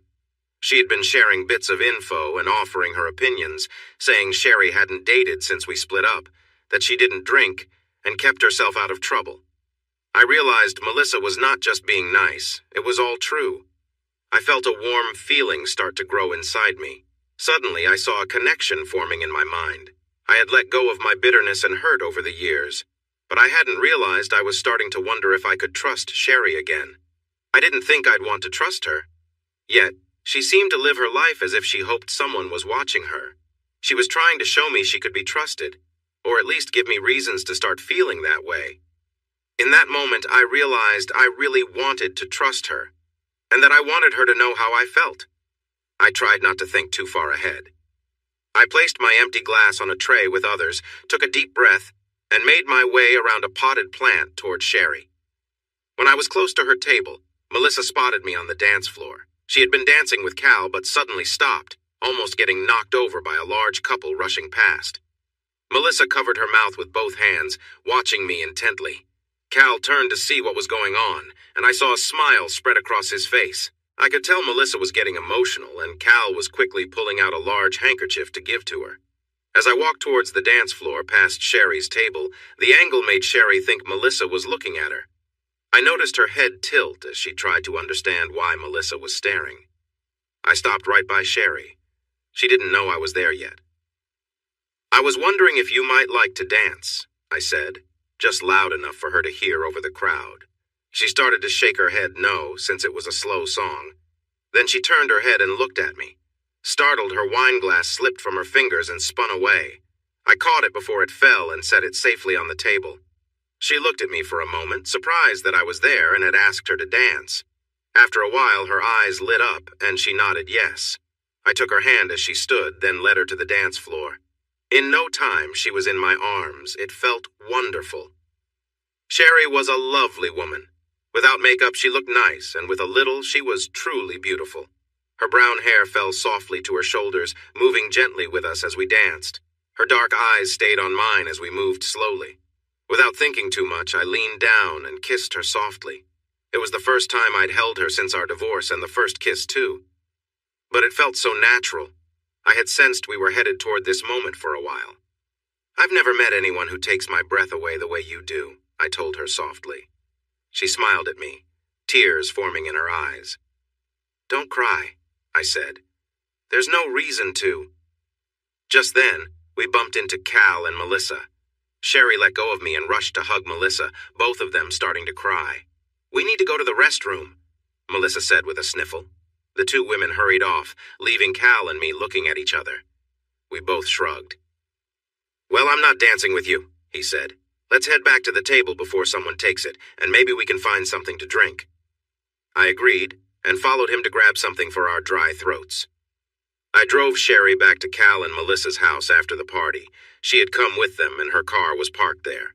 It was too late for her to be driving around since most others out would be celebrating too much or up to no good. We sat in my SUV for a bit before she went inside. We chatted, but it was light and fun. We held hands like kids on their first date, a comparison I didn't mind one bit. After a while, we stopped talking and kissed again and again, as if to make up for lost time. When Cal and Melissa returned, having stopped for milk, I walked Sherry to the door and kissed her goodnight. I didn't want to stop, but I felt Sherry needed a moment to think about what had happened between us that night. I guess I did too. When I really thought about it, I realized I didn't have much to ponder. Instead, I welcomed the closeness we shared again, and it seemed she felt the same way. In the following weeks, I took Sherry out to dinner or a movie a few times. I would have done it more often, but we both had busy jobs and needed to rest. That meant we could only go out a few times during the week. Still, we made time to go out together a couple of times. On our second Wednesday out, I told Sherry for the first time in over 4.5 years that I loved her. That was 4 years and 8 months, to be exact. She softly said she loved me too, without even pausing. We spent the next half hour sharing gentle kisses and holding each other. If life had allowed us more time, we would have enjoyed each other more. But we had to think about the next day's work. As days passed, we became more at ease with saying love to each other and started to use the little affectionate words and gestures we had shared before. I began to appreciate why Karen had ended our relationship. I hadn't realized it before, but she understood something I didn't. She knew I hadn't been able to let go of the feelings I had for Sherry that I kept hidden for so long. I thought I could hide those feelings forever. I knew that, and I believed Karen did too, but holding back affected my relationship with her, and I think she sensed it. I remembered that I had hesitated when trying to be open with her. She was smart enough to see it would always be that way. I admired her for not accepting it. I mentioned this to her during a phone call the next evening. She laughed and thanked me for my kind words, but she said it had mostly been a gut feeling. I thanked her again. She then asked how things were going with Sherry. I was ready for the question and told her how much I cared for Sherry. I told Karen that her instincts were spot on, and she laughed again. While I was careful talking about my feelings for Sherry, Karen shared that she had met someone new. I recognized the guy, a Swedish observer from the International Red Cross who had come to the hospital where I had been. He seemed interested in America and everything about it. It seemed that he and Karen had discussed my condition many times, and he had become interested in the sad-voiced woman on the phone. After a moment, Karen told me that while I was asleep during the surgery, I had called out for Sherry. The Red Cross observer heard me and thought Karen was Sherry for a long time. I hadn't known this. I stayed quiet for a while. I didn't know how to say I was sorry for that, and I told her so. She said there was no need for an apology. She had suspected how I felt about Sherry, and this just confirmed it. Anyway, she mentioned that when the Red Cross guy came to the U.S. on a trip, he contacted her after finding her number. They had gone out a few times, and she told me she really liked him. She hoped I would too. I tried to feel a bit jealous, even though I knew it wouldn't make sense, but I couldn't. I told her I wished her every happiness and meant it. She thanked me and hoped I would feel the same. She then asked if we could stay friends. I simply replied, forever. We ended the call, both feeling much better. I picked Sherry up a few times for what we called official dates at her apartment, but I never got to see inside. She would say her roommates had made a mess or had other reasons. I mentioned wanting to meet her roommates, and she said I would soon. She seemed to be hiding something, but it didn't feel like it was meant to hurt me. I understood she just didn't want to deal with it right now. Besides, I thought if her roommates were men, she would be more nervous about it, but she wasn't. So they likely weren't a threat to me. Still, I wondered about it. On a Friday night, 3 weeks after our first dance since the divorce, I picked her up, and we went to a nice restaurant in town. It had a 19th century San Francisco saloon theme. They had a swing hanging from the ceiling, and now and then a woman dressed like an old-time saloon girl would climb a ladder and swing over the crowd. This meant she showed a lot of her legs, which was clearly part of the show. I couldn't help but look. I was only human. But I wisely told Sherry that her legs were much prettier. It was true. Sherry blushed and seemed to glow every time the performer swung after that, making her even more beautiful in my eyes. Afterward, we went to see a late movie, but I'm not sure either of us really paid attention to it. I held her hand the whole time, and her head rested on my shoulder. I gave her little kisses on the top of her head and on her lips whenever I could. When the show ended, and we stepped outside into the warm Texas night, I couldn't remember a single thing about it.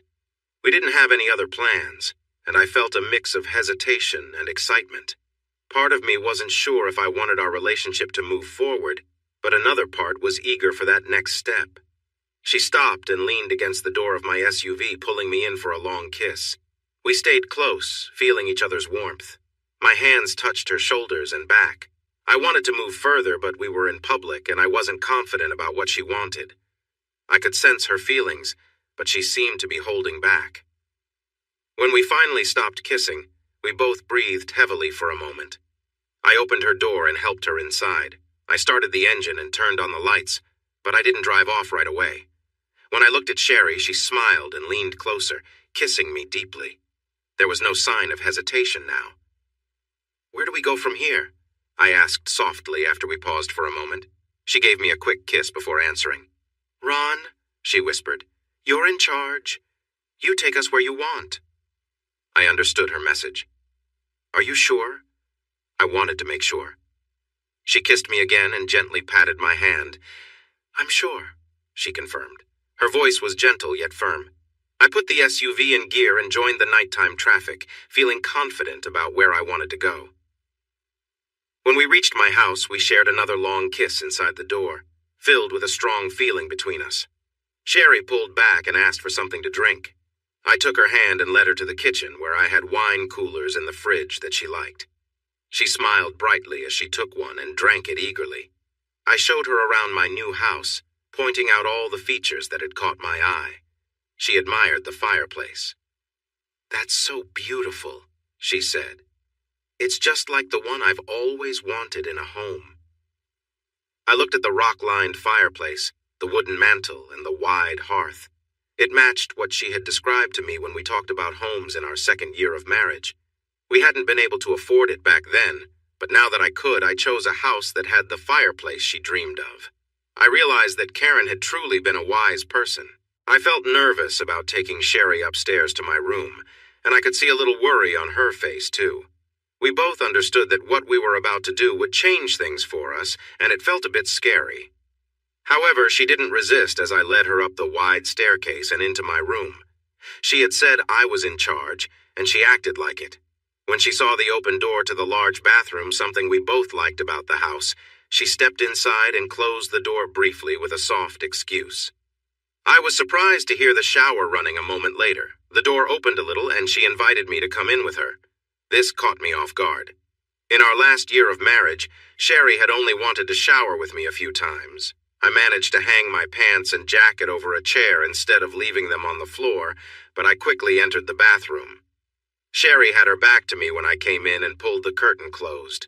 She glanced over her shoulder with a playful smile and tilted her head back for a long kiss. "I have a surprise for you," she said, her eyes gleaming. "But first, I want you to help me get clean all over, okay?" That sounded good to me. I soaped my hands well and started on her shoulders, rubbing the lather around. "Please, I want you to wash me everywhere," Sherry said softly. She looked back, but I couldn't quite read her expression. She didn't turn around fully, which made it hard to see her face, but something felt off, something I wasn't understanding. Then she handed me the shampoo bottle behind her. "Please?" she asked. There was a longing tone in her voice, and I didn't know why. Still, if Sherry wanted me to wash her from head to toe, I didn't mind. It was a nice moment between us. "Okay, but is this shampoo all right?" I asked. "It's just a store brand." She nodded. "It's fine," she said softly. I gently nudged her forward to get her under the water until her hair was soaked. She looked back at me, her eyes tightly shut. I chuckled, remembering how I used to say she looked like a pixie with her wet hair. Without opening her eyes, she leaned back for another kiss. She was smiling. The kiss felt a bit awkward, but slow and tender. It seemed she remembered those moments too. I squeezed some shampoo into my hand, rubbed it into my palms, and began to work it into her thick hair. As I washed her hair, I wondered what this was all about. Both of us had arrived that evening refreshed, neither needing much of a cleanup. Still, the idea of a warm, soothing shower together felt comforting. "You used to ask me to join you in the shower more often back then," Sherry said quietly, her voice tinged with a bit of regret. "I wish I'd listened and hadn't brushed it off," she added softly. I gave her a reassuring smile. "We can always make up for lost time," I replied, gently rinsing her hair under the warm spray. It took a moment before she answered. "Okay, she said, her tone brightening. I worked some conditioner into her hair, giving her a light scalp massage, and she relaxed into my hands, letting me rinse it out. She moved back and forth as needed, leaning comfortably against me. With her hair done, I lathered up my hands and began washing her shoulders and neck, spreading the soapy water gently across her skin. She seemed to enjoy every moment, not resisting as I worked my way around her arms and down her back. There was a quiet comfort in the way she let me take care of her, as if she needed this shared time as much as I did. She moved gracefully under my touch, and I realized how much I'd missed this simple closeness. As I washed her back, I couldn't help but notice how time had softened her figure. She was slender, but still had the familiar curves I remembered, with a natural grace in her posture. I continued to wash her with care, taking in the peacefulness of the moment. At one point, as I knelt to wash her legs, I paused, surprised by a small detail. "Wow," I said softly, caught off guard. She turned her head, smiling with a hint of playfulness. "Hey, that's your surprise?" she teased. "But you're not done yet, so keep going." Amused, I nodded and continued as she directed, enjoying the shared warmth of the moment. The laughter, light touches, and trust between us made the shower feel like more than just a routine. It was a quiet rediscovery of comfort and connection, filling the room with a gentle, unspoken joy. Sherry and I had never discussed certain aspects of intimacy while we were married, and some topics simply stayed untouched. But now it seemed she was open to exploring these quiet moments with trust and comfort. Her openness surprised me, and I sensed she was at ease. I lathered up my hands with soap and began gently washing her shoulders, letting the warm water help wash away any tension. Sherry relaxed, leaning forward against the shower wall, allowing me to continue without hesitation. As I worked, I kept my touch light and soothing, moving carefully to keep her comfortable and at ease. As we continued, Sherry sighed softly, a hint of thoughtfulness in her voice. "You know," she began, almost as if thinking out loud, "there are things I wish we'd tried before. Maybe I was just too worried or too set in my ways back then." I paused, giving her a reassuring smile. "Well," I replied warmly, "we're here now, and there's plenty of time to make new memories if you're open to it." She looked at me, a renewed spark in her eyes, and nodded with a smile. "Absolutely," she said. "There's so much we can do differently, better." I rinsed my hands and picked up the soap again, turning my attention to her face, gently working the lather across her forehead and cheeks.